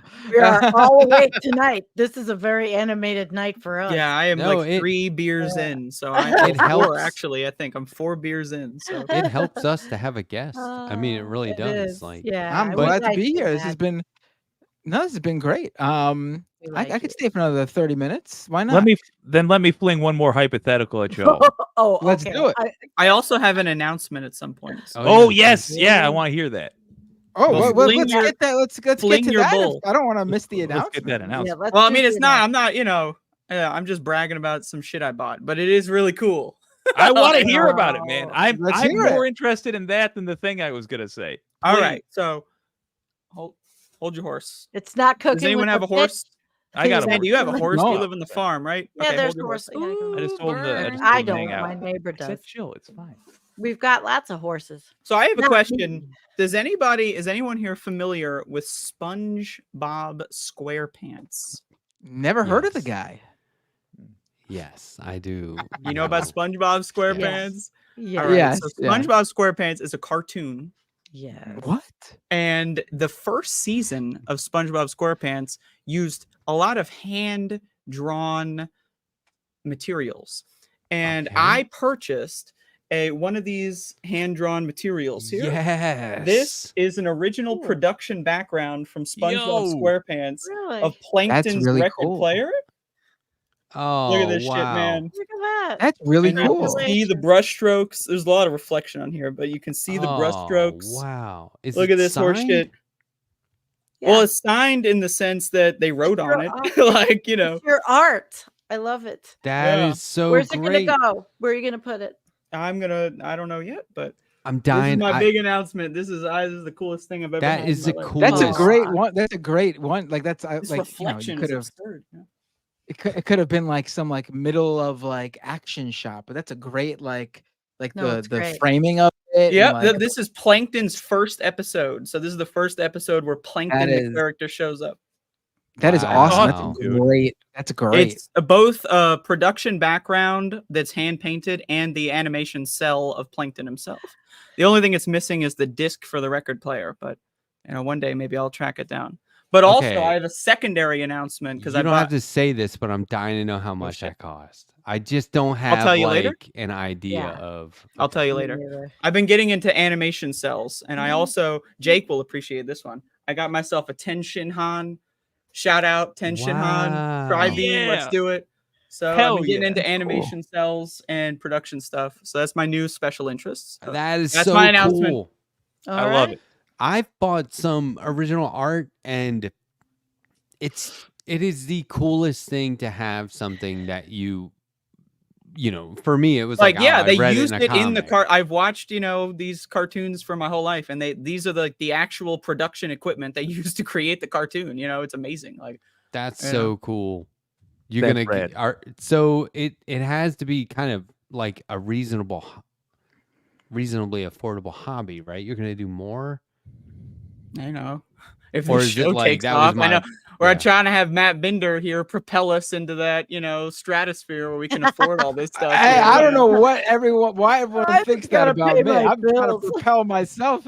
Yeah, really. I'm trying to buy out the entire SpongeBob production line. Have a gun channel. 11 million. That's right. True. Yeah, I know. Jesus. God, what if we faked it? I honestly think that would be hilarious. Make videos. Target shooting in my backyard. Especially if we went out of our way to make sure there was no real bullets on set, and we're constantly handling the props unsafely. We're like, all right, so first of all, safety check. We want to make sure there's nothing in the barrel, and quick dry fire. Put your eye sounding good. No, you absolutely put your eye down the barrel. You got to see what's in there, man. No, you don't. Absolutely, you have to. Otherwise, how are you gonna know? Because you look at it depends. I don't know what that means. It's easier just to look down the thing. Okay. I don't know if I told you guys this, but I made some comics. I had every now and then somebody would buy my art off me, and I didn't know how to price it because I was like, to me, it was like, yeah, you can kind of just have it. I even gave some of it away, and they were like, oh my God, this is so awesome. And they framed it and put it on their wall, and I was like, I didn't know you were going to do that. Okay, that's cool. The frame was more expensive. But some people wanted to buy it off me, and then because I would always do the roughs and then use a light table to trace the pencils and another piece of paper on the light table for the ink. So I had different stages. And there was a guy, he was the program director, I believe, for the CW in Denmark. Oh yeah. Really? And he said, hey, you have Hellboy comic art that you made? And I was like, yeah, I do. I have some left. Here's what I have. And he's like, I'll buy it all. And I was like, okay, dude, but the customs is going to be up there, right? Because this was during lockdowns. And he was like, it's okay. And I was like, really? And amazingly, it got there in record time. It got there. DHL got it there faster than I could drive something across town. It felt like it was crazy how fast it got there, but he spent a lot of money on that. And I was like, he must be buying. My point of telling this story is I'm not bragging. He must be buying. If he's buying my garbage, Hellboy, he must be spending lots of money on this stuff. So did you jack your price up? No. Yeah, why not? That's the American capitalist way. I was so flattered. I was like, "Oh, you want it? Okay, you can have it." That's nice, though. Yeah, the idea of the original pen or pencil, it's whatever so cool. markers on the paper. Yeah. I know Letterhead, you love your digital tablet bull fucking shit. I don't know, easy. man. It's just I know fast. it's easy, but it's bull fucking shit, man. Let's be honest. That's some horse. I don't teach art that way. Good thing I teach art traditionally. But just the idea that someone who was on the team or whatever, with you and Hellboy, you're drawing an actual Hellboy thing and that's its own, right? Just the idea that this, someone had the pencil, maybe sweat was falling off their fucking forehead or whatever onto the paper and then evaporate, just the idea that is a thing is huge. Yeah. It's huge. Yeah. Yep. Yeah. You get some of Toriyama's skin cells, you can clone them. Yeah, I get it. Oh, absolutely. It's that easy. we need a new one. That's the future. I'm happy for you, Andrea. Stealing celebrities. Yeah. I thought you were going to announce that you're going to start up Cooking with the Bitch. No, I got to do that again. I love that show. What? That's I used to do a cooking show called Cooking with the Bitch, where I would try to do vegan and vegetarian health food because I'm a health addict. Yeah. I say as I drink alcohol on stream, but I made the stuff you made and it was great. During the pandemic, Andrea's channel was a lifesaver for a lot of us. Wow. Every Rachel, day, 10:00 in the morning, and then she'd do Cooking with the Bitch, and teach us all these vegan dishes. Got me. That's the problem is I just make the same food all the time, so I just ran out of fucking recipes. What am I? Are you wanting to see me make tofu again for the 14th time? I don't know. Yeah, the best. Oh, go ahead. The best lefty lineup on YouTube was, unfortunately, like during the lockdowns. It was so good. I had non-stop shows all day, and then you go back and watch the ones that were doubled up all night, and it was like 24 hours of lefty programming. Real quick, Rachel Atwood asked, where is the letter hack based these days? I don't know if you mean like US or not. I am in the US, but I consider myself embedded in South Carolina. Because I'm like a fireman. I run towards very interesting. Embedded. I like that. I'm behind enemy lines. Give me all that smoke. Hell yeah. I'm wherever it's gonna go down. Gen Z, if you want to know what your thing will be, like I think for millennials, our big moment that we will understand and future generations will not quite understand, 9/11. For you guys, it's gonna be the pandemic. Future generations won't get it when you're trying to explain to them. You'll feel they'll get it. They'll get it. This pandemic is going to fuck people up for decades. No, they won't. You mean the big thing is not going to be the Trump assassination attempt? No, not even close. And here's why. It's not that COVID's going to go away. Thank you, Republicans. It's basically one of our regular diseases now. It's the nation's reaction to it. The lockdown, the 2 years of fight against a natural disaster, essentially. Gen Z will feel that forever and remember those days. They'll simply not be able to forget those days. Right. But the next generation that comes along, when you try to explain to them what it's like, they'll understand, but they won't get it.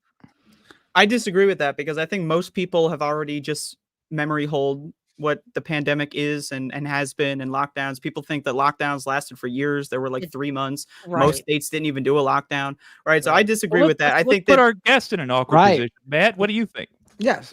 Which one of us is right? Is that I think pick a side. Yeah. Well, why don't you more define the specific sides? I'm pretty sure I know who I'm with, but let's get it clear cut. Jake. You're in the go ahead. You're in the position of.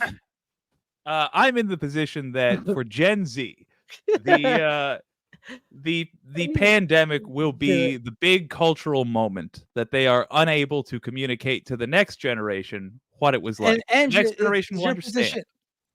My position is just that it isn't, or it isn't because most people don't even know what's fucking going on with the pandemic. The pandemic is still happening. Biden just got COVID fucking today. They lie about it constantly. People don't even know what lockdowns even happened. Most states didn't even do a fucking lockdown. So people just people that I lived with during the supposed lockdowns, also known as quarantines, pretended like there were cops roaming the streets. These motherfuckers were going to the fucking Food Lion on a daily basis. Pretty much I don't know. I disagree. That's what I mean.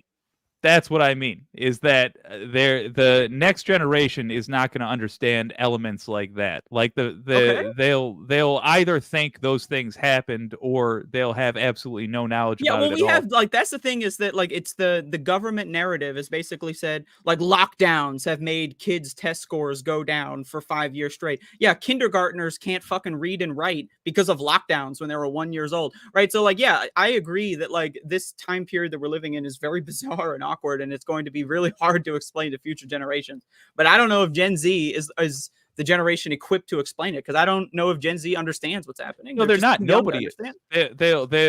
My point is that it's a cultural thing they went through, that future generations, they'll understand factually what happened, but they will never get it. They'll never fully get it. Just like frankly, 9/11 was, I think, for millennials. And So by the that way, was for me. you I had guys- offices down there. It was horrible. I had to move. So you're these not people. disagreeing. I think maybe we I don't agree. love it. well, we have to still disagree because Matt has All right, to fuck decide. you, Jake. How about Fuck that? you. All right, Matt, what is it? Okay, so I think I don't know. I'm sort of in between. Like, I do think it's a moment that they'll remember as a defining moment, but I also don't. But I also think that it's skewed in terms of how they'll remember it. So I guess I'm sort of agree with both Jake and Andrew. I do think. No, because it's true. Because listen, Ooh. they obviously will remember it as a defining moment because of where they were in life. Like the fact that you were in school, whether it be elementary school, junior high, high school, even college. That is, I think, much more of a defining moment for the pandemic than if you were just like someone who was working from home or or whatever. Yes. But at the same time, I think it'll be defining in like this happened and we had to do all these things in that moment. But I don't think but I agree with Andrew that it's not defining in a way of like a long lasting sort of moment for them. Right. Like it's a moment in time. Like the pandemic should have had much longer lasting.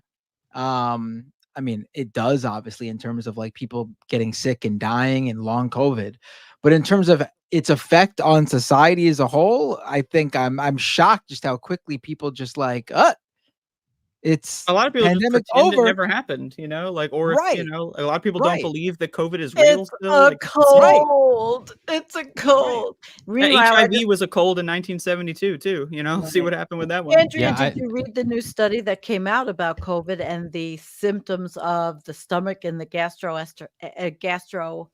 Oh, motherfuckers are shitting their brains out. Let me tell you, it's not good. It was. So there's a lot of research out there.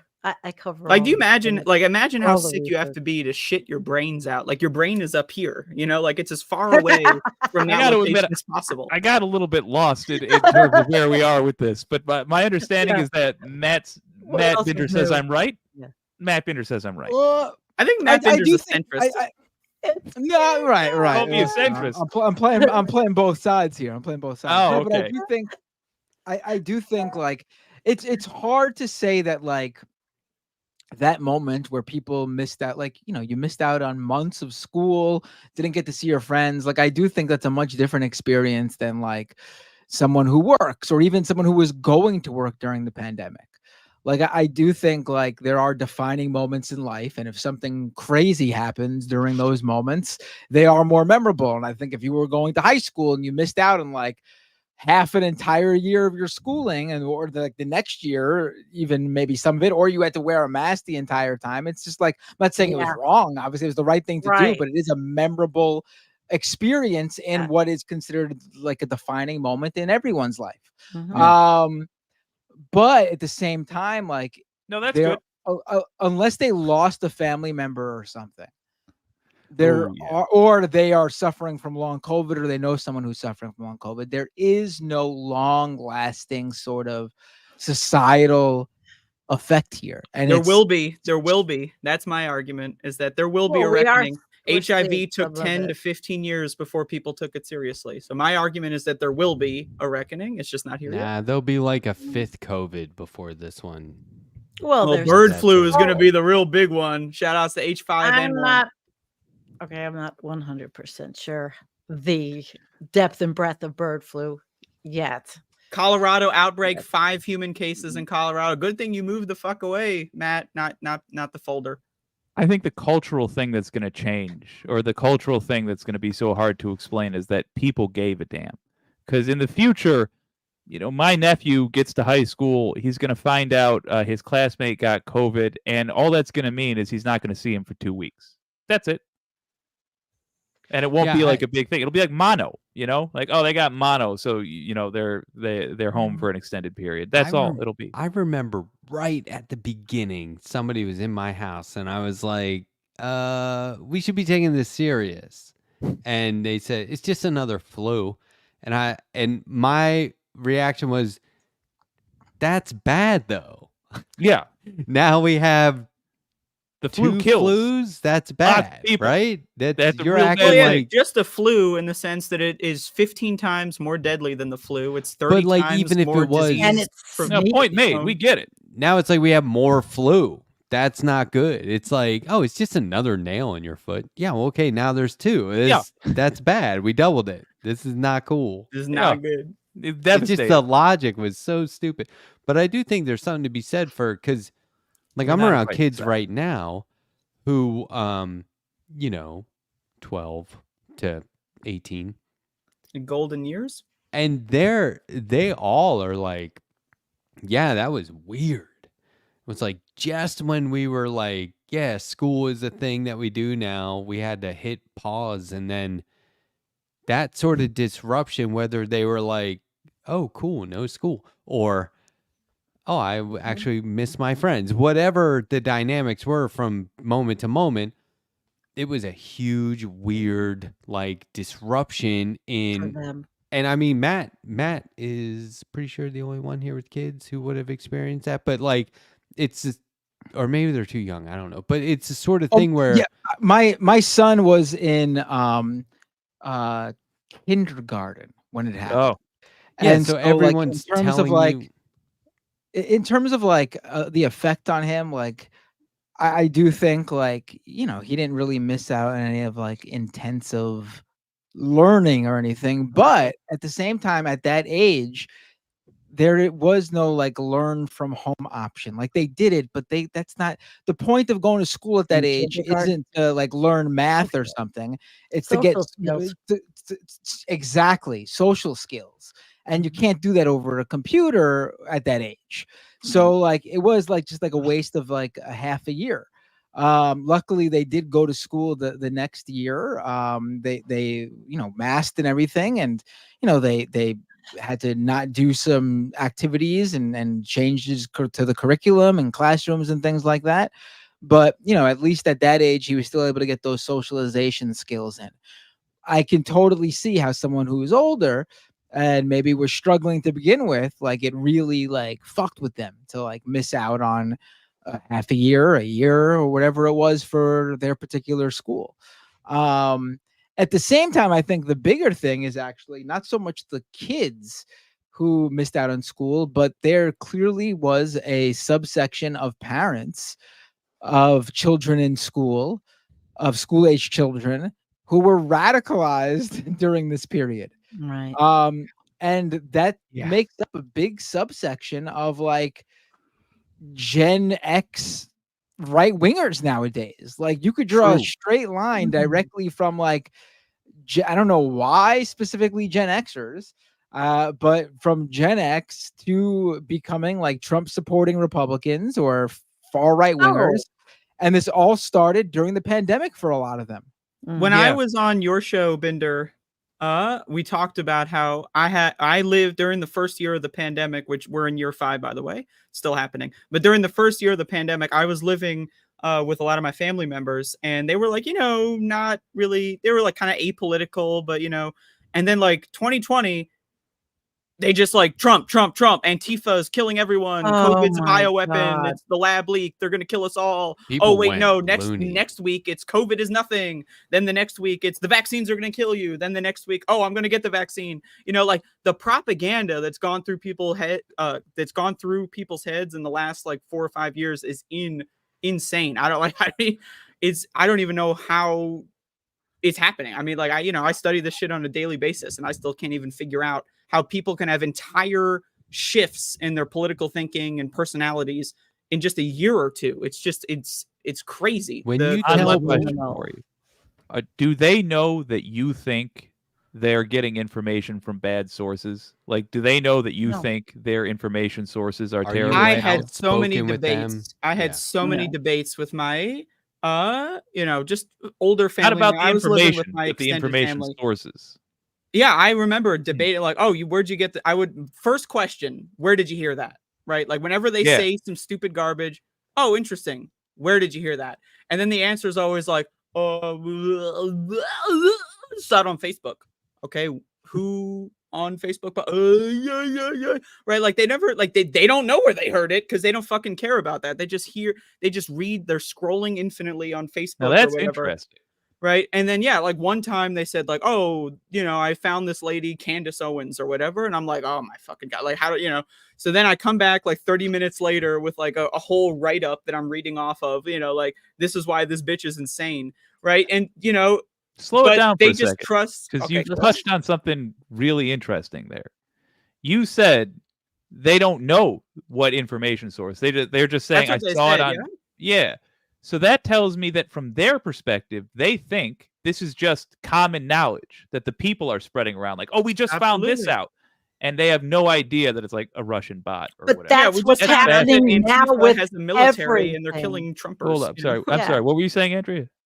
Well, I remember one time my, some, I don't want to dox anyone, but, some older family member that I was living with was talking about how like Antifa formed a military and was like stopping people and killing Trumpers. If you found a MAGA hat in someone's backseat, they would kill you or something. And they thought it was real. Not in his state. I'm kidding. They thought it was real. I mean, like, it's insane. That was happening. I remember there was just the whole, there's a graveyard somewhere where there's MAGA tombstones everywhere with the hat on top of it. And just it says, and killed by Antifa. I mean, it was, yes. You remember the bus, the Antifa bus thing, where like this like family was run out of like this small town in Oregon or Washington. Let's fucking hop on the Antifa bus. Yeah, like it was. This was during like the BLM protests and everything in 2020. 2020. Yeah. I'm telling you, everything radicalized to the right. In 2020, right. Like that was the beginning of it. Like 2020 was the peak of like wokeness. I guess they're using their terms in terms of like the vast majority of people were coming to terms with like this country's long history and issues with racism, and there was the health crisis with COVID. And, a few years removed from the beginning of Me Too. And it was like things were like all going in that direction. And all of a sudden, the right was just like, we can't take it anymore. And people were radicalized. It is very interesting to learn that, at least in the case Andrea is talking about, there's a section of folks who are getting this not from a central source. It's not because they're watching, I don't know. Well, it's a central source in the sense that like all of the shit that they're reading is funded by like the same right-wing billionaire networks. Yes, but it's not coming from the same like news. Yeah, like they interpret it as like they're like the way that they interact with this information is like, they see fucking some random post on Facebook. Oh, this is equivalent to like the highest credentialed government agency, scientific agency in the world. Yeah, like it's. Yeah, I gotta mull this over because anymore. There's a strategy to be pursued here. I gotta mull it over some. Thank you for that insight. What I was saying though, like look at how people just sort of snapped when they were told you can't go out for a month or 3 months. It was like if we just locked down for 3 months, freedom, we could beat this thing and go back to normal. And it was like a matter of weeks, and people were like, "Yeah," went crazy. That's the thing is, if people actually did a fucking proper lockdown or quarantine and wore fucking respirators, N95, P100s, COVID would be gone. The flu gone. All it would take is like 2 months. If every human on fucking Earth took this shit seriously, we could fucking eliminate it in 2 months. So no one behaved like Republicans stupid. For 2 They're months. selfish. They want to go to the parties. They want to go to the restaurants. They want to go see Taylor Swift for the 48th fucking time. And they just like, it makes me insane. It really does. So now think of like, hey, I get the Taylor Swift thing, honestly. So. Yeah. Okay. But think about how kids are being told like at that impressionable, not even impressionable, just in the hands of adults saying, this is how life is. Here's your routine. You're doing it because if you don't listen to me, it's a matter of survival for you at this age. And then, oops, stop. Even the adults don't know what to do. Right. I really think that's interesting. So these kids, not that the adults don't know what to do, but we're sort of like, we have to stop, hit reset, and figure some stuff out. This is new territory. And the kids are like, oh, well, I'm in your hands. So it's like when Superman grabs Lois Lane and he's like, don't worry, I got you. And she says, yeah, but who's got you, right? Like, how is this happening? So there's a whole like, don't worry, I can fly. I'll carry you analogy where the kids are like, I'm in your hands for better or worse. And then because of arguments and debates and politicians using this to their own advantage, we're going back to the way it was. Seems risky. We're all wearing masks. We're all taking precautions. Some of us will learn that we have to do things for the greater good. Others will be radicalized through our parents because they're saying it's all conspiracy theories, this or that. I think that's really interesting, though, that we don't look at, or the majority of people didn't look at it from that point of view at the time. Like, we are guiding our children. We are guiding next generations. We always scream, what about the kids?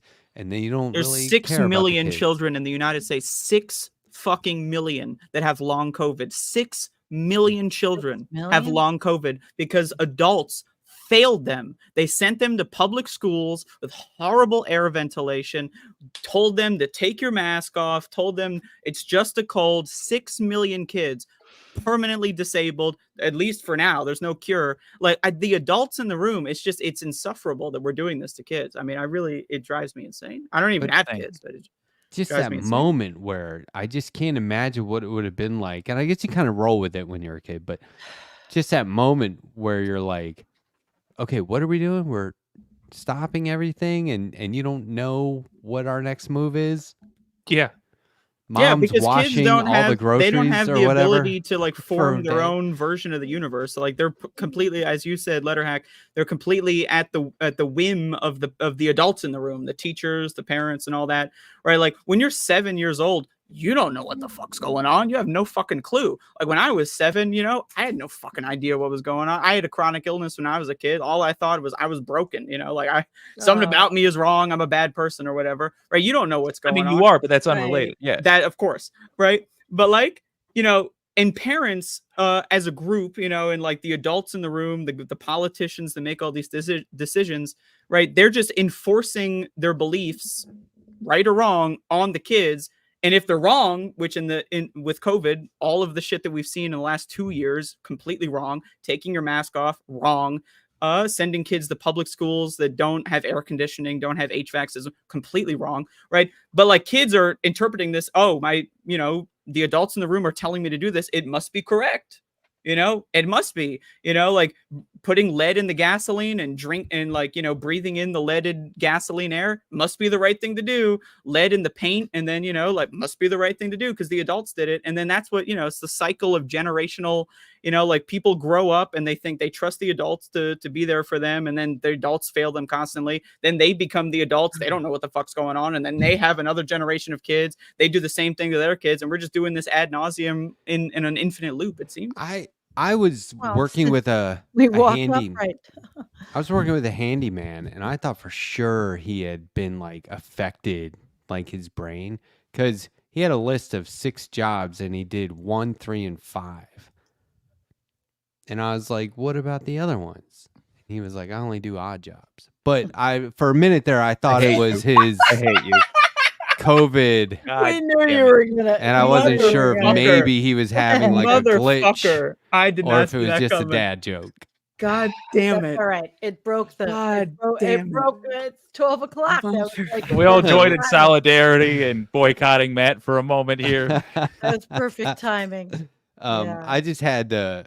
Well, that said, like, let's bring back, like, the Joe Biden just got COVID. He's 9,000 years old. 81. I don't know what the fuck his age is, right? 81. COVID is documented to accelerate dementia. We all know he has dementia. It accelerates cancer, right? Like, who knows what the fuck's going on in his body? It accelerates all neurological decay, like, all that kind, cognitive decline of any kind, reaction time, the ability to think about anything, right? This motherfucker is a dead man walking, right? If he's gotten COVID, they said he had a cold during the first debate with Donald Trump. Who knows if that was just a COVID infection? He got reinfected 2 weeks later. All right, this motherfucker's a dead man walking. Like, you cannot be 81 years old walking around all the time, running around the like country or to state doing all these rallies, get COVID, and then be completely fine unless you have some magical miracle drugs, which of course they have. No. The regular Americans, they don't have miracle drugs. It costs $200 fucking to get a fucking vaccine. Only 19% of Americans get the vaccines. Like, how much money does like all this fucking super expensive treatments get? The average American doesn't get shit, you know? Got it for 40, but yeah. Fair point. Yeah. 12:02 Just to a.m. jump back in here, I had to get a drink. I was really thirsty and I ran out of a drink. Oh, no worries. But just to jump back in here, it is quite amazing though. Like what a moment today when just like what was it like 3 hours before that announcement that Biden had tested positive for COVID. He said something. What was it? Something like I'll drop out of the race if I'm diagnosed with a medical condition. He did say that. But that's the thing. He also he tested positive on like a rapid test, and rapid tests are notoriously inaccurate. There's like over 50% false negative rates for rapid tests. So if you're testing positive on a rapid test, you're probably over a week of being symptomatic. 60% of COVID transmission is asymptomatic. You don't even know you have COVID, right? So he's probably just been spreading COVID. He probably gave COVID to Donald Trump, but then again, COVID. Donald Trump had COVID during the first debate, 4 years ago. So hey, he got revenge or whatever. But it's like, just, the fact that these are our leaders, man, it drives me insane. It is. It's crazy. Like this is where we're at right now. I mean, I'm honestly like, I'm at a loss for words sometimes. Yeah. What are we doing? What are we doing? We're doing crazy things. We use the fact of energy independence like it's such a great thing that we're pumping more oil than we ever have before. Yet my state is getting ravaged by tornadoes, which is not typical. I mean, this is happening. It's happening. Yeah. Exacerbated. It's fucking hot as hell, and it's fucking midnight. My least favorite saying is when people are like, "This is unprecedented." I'm like, just get over it. All this shit can happen at any time. Just move along with it, okay? Stop arguing. Stop making excuses for why you don't know how to comment on it, and just sit there going, "Well, new shit happening, folks." All right. Just pile it on, right? That should be the topic. Is that we're just piling everything on top of everything, and oh my God, that's why I'm like, let's sit here and just take a wild guess what's going to happen tomorrow. Biden's going to fucking fall down the airplane steps again and die? I know what's going to happen tomorrow. It's going to be like, I'm just saying anything can happen. Remember the Mickey Mouse Club, anything can happen day? That's every day. The news cycle moves so fast because of social media. It's because everything just keeps happening and there's no one hitting the brakes. They lean into it. They press the driving off the cliff. And not even that, we've already driven off the cliff and it's in slow motion and we're just staring at the fucking bottom of the trench, just waiting to fucking blow up in a burst of flames. And there's nothing we can do. What are you going to do? Jump out of the car? We're in the middle of the we're gravitational free fall. There's nothing you can do where it's already over, She said it. That's a Hey, video Matt. I've made many times alluding to. Matt Bender, I'm sorry. What's up? Do you want to see my impression of Joe Biden when he's given a chance to debate Donald Trump an extra time? It's happening. Sure. Let's hear it. Yeah, classic Jake's it. Jake. Jake. Yep. He'll be in that the was chat, unexpected. Yeah. Well, you'll get used to it. I have an early day tomorrow. Me too. Wrapping up. Me too. No, that's good because I got to read super chats. I'm feeling exhausted. Too. I didn't get any, but I got them last night, so I'm happy. I'll just read them all. But also, just before Matthew Folder leaves, thank you for coming on the program. We appreciate you having. No, it's always my pleasure. I like I said earlier, I feel bad because I did that thing I always do when the show starts. The first 15-20 minutes, I don't shut up. I'm all hyped up. I'm the opposite. We love it. We love it. And I wear myself I'm the out. complete opposite. I have to wait until I rev up. Yeah, No, and I usually I'm like you. I get it all out in the beginning. Bender, it's such an honor to have you on the show. You're so cool. No, I love it. I'm happy to come on anytime, and I'm gonna train myself to pace myself. So like, no, okay. hold on, 5-minute burst here. Wait a little bit, let other people get a word in. All right, 5-minute burst here. All right, wait, pause it. Don't get too tired, and that way I'll spread the energy throughout the night. All right, so you're gonna have your own behavioral modification program going. Yes. All right. Oh, I don't know what currency this is. Do you guys? CLP. Oh, it's Chilean. Chilean peso. Oh, okay. Right on. Dark, gritty, headed towards the mega Reichland. Yeah. Well, here's some more from Thomas Jerome Newton. Maybe Saran due to Palestine. I doubt it. I don't know. I hope not. Let's hope not. People had to die for the kayfabe to work. Oh, this is in regards to our wrestling term. Yeah, our conspiracy. Yep. Oh, check it out. Oh boy, Roddy Piper. Oh, I just realized you were. I honestly sitting here the whole time and did not realize you were wearing that. On the back it says, "Born Villain." Okay. That's a really cool and I had my Ultimate Warrior shirt on. I didn't even realize I was doing this. I got all my wrestling gear on. Well, tonight. you had to hide that one because it's not very progressive to wear Ultimate Warrior shirt. No, I'm joking. He made comics. He wrote comics. More. Wow. Renee's a super chat beast. This is a regular caller on my show, Renee. Oh, okay. Yeah. His ear would have flew off to Mexico and landed on a taco with that caliber. That's what I'm saying. You know.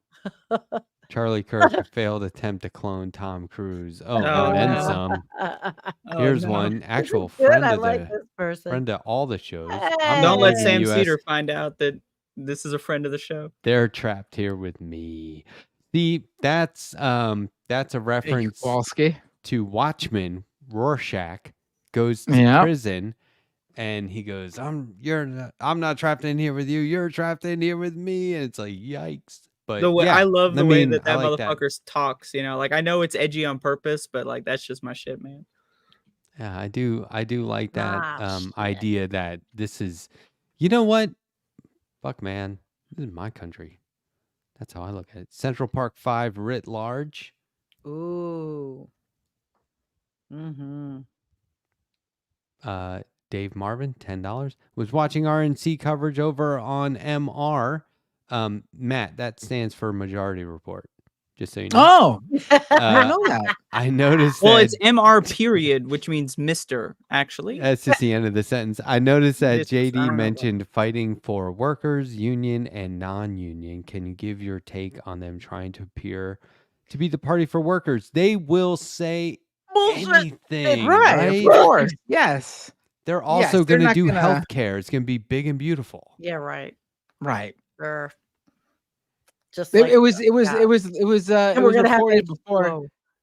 It was reported before his speech that he was going to focus on working class rhetoric, and it's bullshit coming from that guy. Please, he is a whole because of that book he wrote, Hillbilly Elegy, whatever. Now on Netflix. Yeah, and then the movie. Apparently, I was reading this. I don't know. I have to look more into it, but apparently, one of the things that radicalized him to the right, because I don't know if you recall, but J.D. Vance was an anti-Trumper at first. You've probably seen. Oh yeah, he's Hitler. That's what he said. He called Trump Hitler. He called Trump America's Hitler. Yeah. But apparently, according to the report I was reading, when that movie based on his book came out and it got critically panned, all the media outlets, the movie reviewers, they gave it bad reviews. That apparently was a radicalizing moment for him. Wow. And that is one of the reasons why he went on this liberal, anti-left, pro-Trump, far-right thing. And it's amazing because once again, if this report is accurate, once again, someone gets radicalized to the right because they had hopes and dreams of Hollywood aspirations, big book publisher fortunes, TV show hopes, screenwriting aspirations. Once again, that's what turns them into a rabid right-winger. The inability to have the talent or ability to make it in the entertainment business, in the media industry, and it makes them absolutely fucking furious at everyone but themselves. And because those industries are usually, pegged as being more liberal or left-leaning, they blame liberals or the left for their inability to make it in those industries. It's amazing. It's amazing. Almost every influencer you could tie it to. Almost every right-wing influencer you could tie this to. Even the non right-wingers. Look at Jerry Seinfeld. One of the reasons he's been going on this anti-left, anti-cancel culture thing, it all stems back from an interview he gave a couple of years ago, even before, this is well before October 7th, where now he's like super pro-Israel, anti-Palestine, and anti-Palestinian activists. Well before this, we're going back maybe even a decade. He did some comedy club routine about some like gay French kings. Yes, right? Thank you. Gay French king. And he did this routine at a college campus show he was doing, and it bombed because it's just a lame sort of, it was a lame, out of date, not funny, not original joke. And he constantly would tell that story about how like this is showing you that not that I had an unoriginal joke and bombed, but to Jerry Seinfeld, it was an example of, young liberal college kids do not have a sense of humor anymore. God. And it was the beginning of his like radicalization. Wow. I fucking love Seinfeld, well, then I'm a the radical. show, but this fucking guy, man. Like every time I fucking tell people Seinfeld's the best sitcom of all time, I'm gonna have to say, like, I'm gonna have to put the asterisk on there. Yeah, but Jerry Seinfeld fucking sucks. What the fuck? What's that called? I just figured it out. Yeah, citation. I mean, Ben Shapiro was a wannabe screenwriter and failed. Yeah. Candace Owens had a whole hope and dream of being in Hollywood, if I recall correctly. Who else? You literally go through the list. I know that what's her face, Lauren Boebert, wasn't she trying to be a model or something? Like one of those, right? So many failed actors just go that route. Politics. Kevin Sorbo, the guy that was Superman on Lois and Clark. I mean, even their quote unquote successful cases, like people who actually had a career in the industry, but now like right-wing influencers or talking heads, even they are the bottom of the barrel of like, they're like the Z-list celebrities of Hollywood. They just aren't, even the ones that are good aren't that great. Hey, I got to do a Jexit. I love you guys. Okay. Matt, it was a pleasure having you on again. Thank you so Bye, much. Sandy. Bye, guys. Peace. I'll probably Bye, end up everybody doing in a my Jexit chat. if we don't quit in the next 15 minutes. So this have a was, good night, Sandy. This understandable if you I love you, apartheid Andrea. to Harry Potter. I think this was in regards to the Baby Elon comic strip I was talking about making. Yep. Whoa, holy shit, what the fuck is this zoom in? Pull it back. Pull it back. Oh, Jesus, goddamn Christ. What are we doing here? That happens every single Thursday on Leftist Mafia, because when it's down to 3 people, StreamYard defaults to that really close up column. We got to do something about this layout, and it was no good. Buy like 30% of StreamYard stock and just fucking force them to do something about it. It's just not acceptable. We could do this is horrible. I think Jake is right. My 13-year-old already says that they are the pandemic generation, greatly due to being home for school over a year. Yeah. I had a similar experience because I had a chronic illness when I was a kid, so I was sick all the fucking time. I stayed home all the time. this comment from Donald James X. I love you, buddy. Andrea is always fun. Yeah, you just got it. Maybe you're not paying attention. There's no dull moments. Former alcoholic Donald James X is trying to tell me to drink alcohol so that he can live vicariously through me. That's what this is. Member for 22 months. Give me a break. This show would be so dull without. Come on. It's Bimmerman $4.99. Epic shirt tonight, Matt. Well, which Matt? I'm gonna take credit for that. No, I don't know. I mean, we're both wearing wrestling shirts. We're both wearing wrestling shirts. People were commenting on my post that you were coming on the show, and they were like, "Yay, Matt!" And I was like, "Which one?" They were like, "Both of them." And I was like, "Okay, good answer." Right? Yeah. Oh, also, I should say, because it's Bimmerman super chat is on my stream. YouTube is letting me know that this is the first ever super chat that It's Bimmerman has ever given any live stream. So thank you. I appreciate. And it's left past 10. Yeah, I appreciate you. It's like a double whammy. Both left past. It's your first, and it's on the Left Past 10 stream, and it's to my channel. So I appreciate it. Shout out, it's Bimmerman. I am really dying to know, like, if Emma has any sort of like snarky reaction. If you mentioned that you were on the show tonight, I just can't wait to see. Because this has been going on for a while, and she's like really getting into it. The anti-corporatist. It was a good ebb and flow, Matt. Great to have you, and we should do it more often. Boom. Agreed. Jake has $2. Am I too late for the 11 p.m. crack giveaway? Not tomorrow's. Not in California. You're not. This came in at 12:08 a.m. So not in Montana. Yeah. You're not. Yeah, it just depends on where you're at. Just start driving left, buddy. Dave Marvin again. Wow, $5. Binder, please suggest 3 punk songs for my 13-year-old son to learn on his new bass. I could suggest 3 of those too if you want. Oh, why don't we hear yours, and then I'll give me a second to think, and I'll. I actually have a great. How about "Waiting Room" by Fugazi? That's all bass.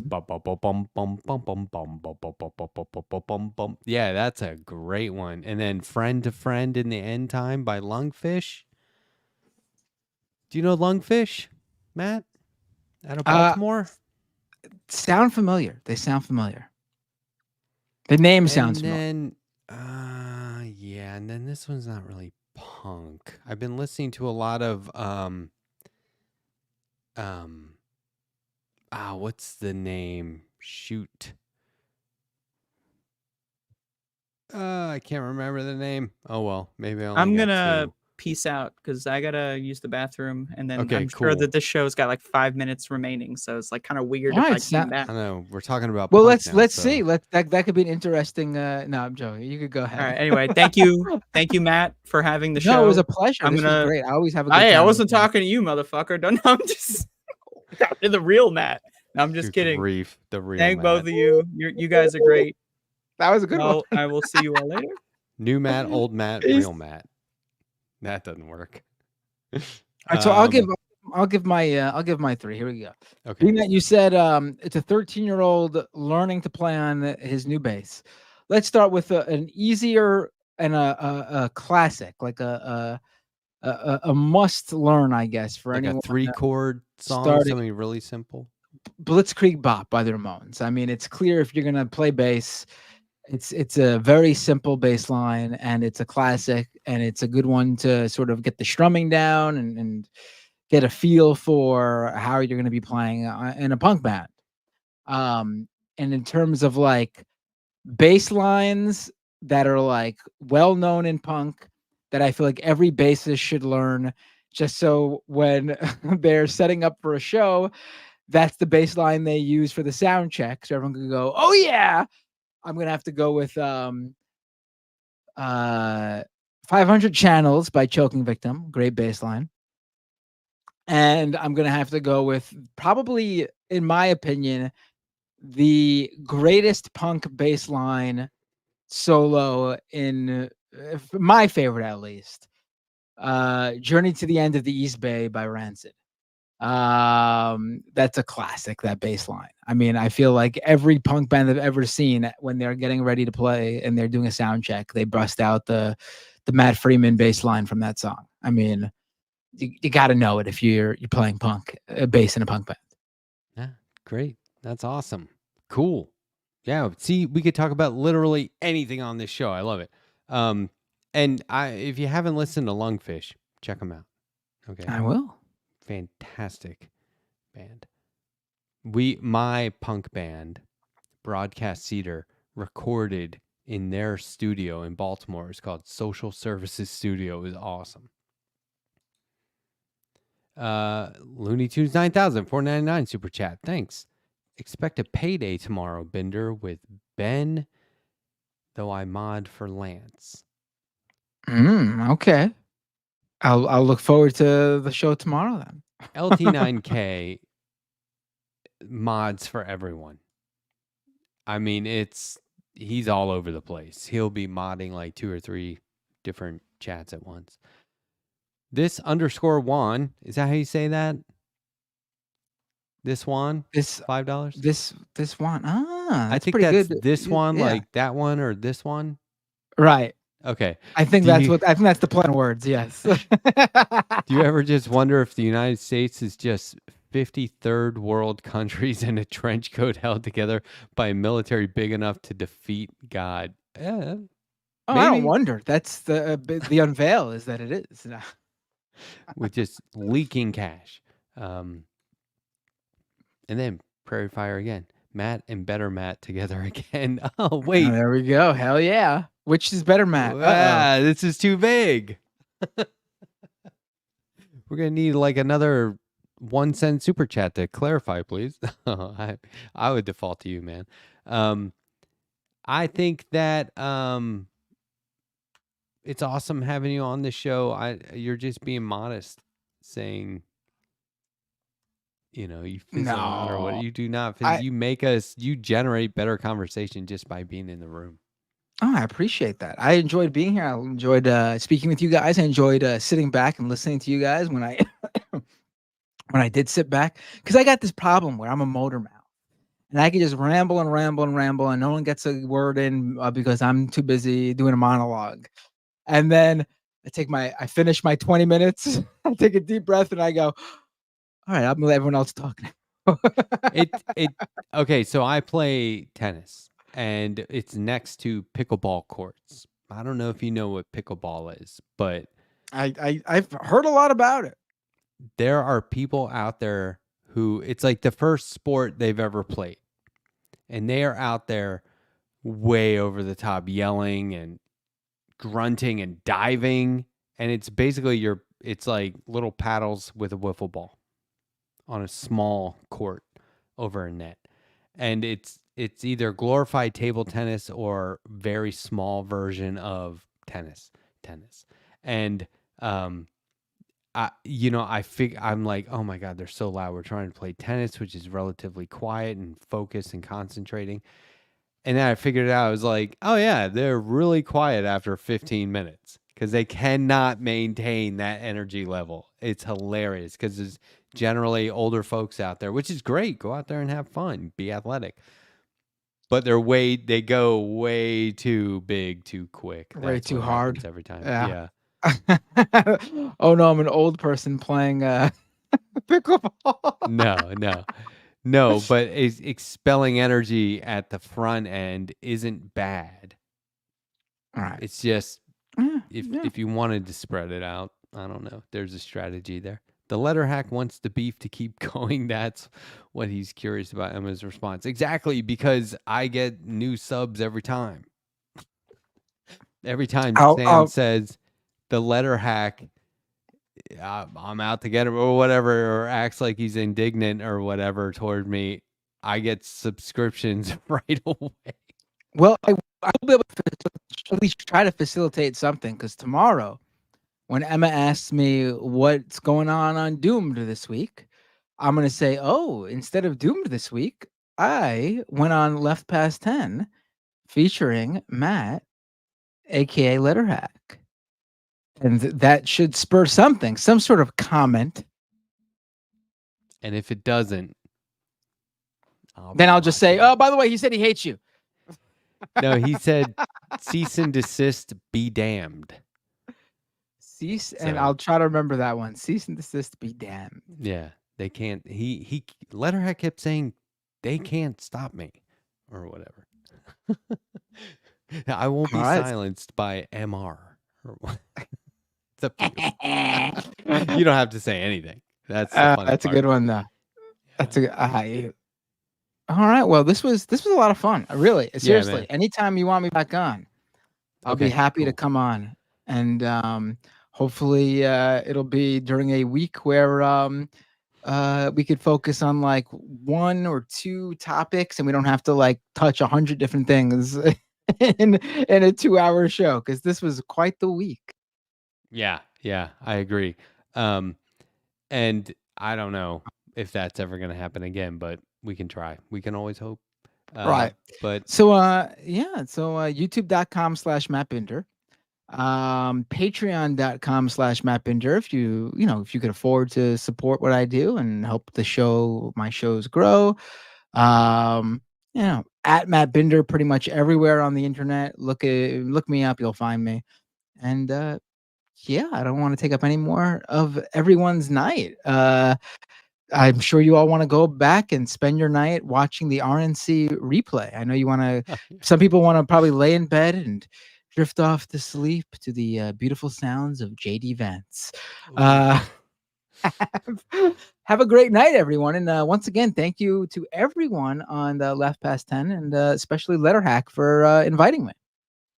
And thank you for being here. I'll be back here Monday night, 9:30 p.m. Eastern, with my guest, Samuel Satin. Jeez, that would be a whole different guest. I can't tell if that was on purpose or if that was an actual slip. It was a slip. Samuel Satin, who has his new manga out, Unico. We'll be talking about that on Monday. It's going to be very cool. It's a big, big deal. Right before he heads to San Diego Comic-Con to blow that whole convention out of the water with his new manga. It is one of the best comics I have read in a long time. I'm going to say the last really easily. Yeah, it's fantastic. Wow. So that's Monday, and then what's the name? What's the name of the comic? Unico, which is a very old school. Can you spell that? UNICO? Yeah, like unicorn without the R and N. Oh, is this like a? Is this a? It's like a baby unicorn. Yeah.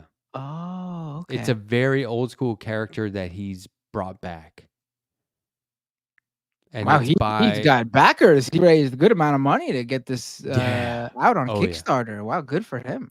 Yeah, and now it's been picked up, so it's a big deal. And this guy, he's literally written history books on manga and anime. So we're going to have a lot to talk about. He is the authority on this stuff in a lot of ways, so it's going to be fascinating. Wow. And then Wednesday, we're back here with Mike Figueredo. Another you got Mafia. Mike on the... Yeah, Mike's going to be on. And we're working on other guests all the time, so never a dull moment. But Matt, it was sensational having you on here. We'll definitely have you on again before November. Yeah, thanks again for everything. And thanks everyone for watching. We will see you next time. I don't care what people say, tomorrow is too far away.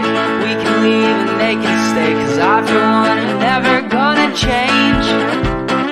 Ever since I was a kid, knobby knees and lots of lip, I found it hard to listen when they told me to be quiet and to wait.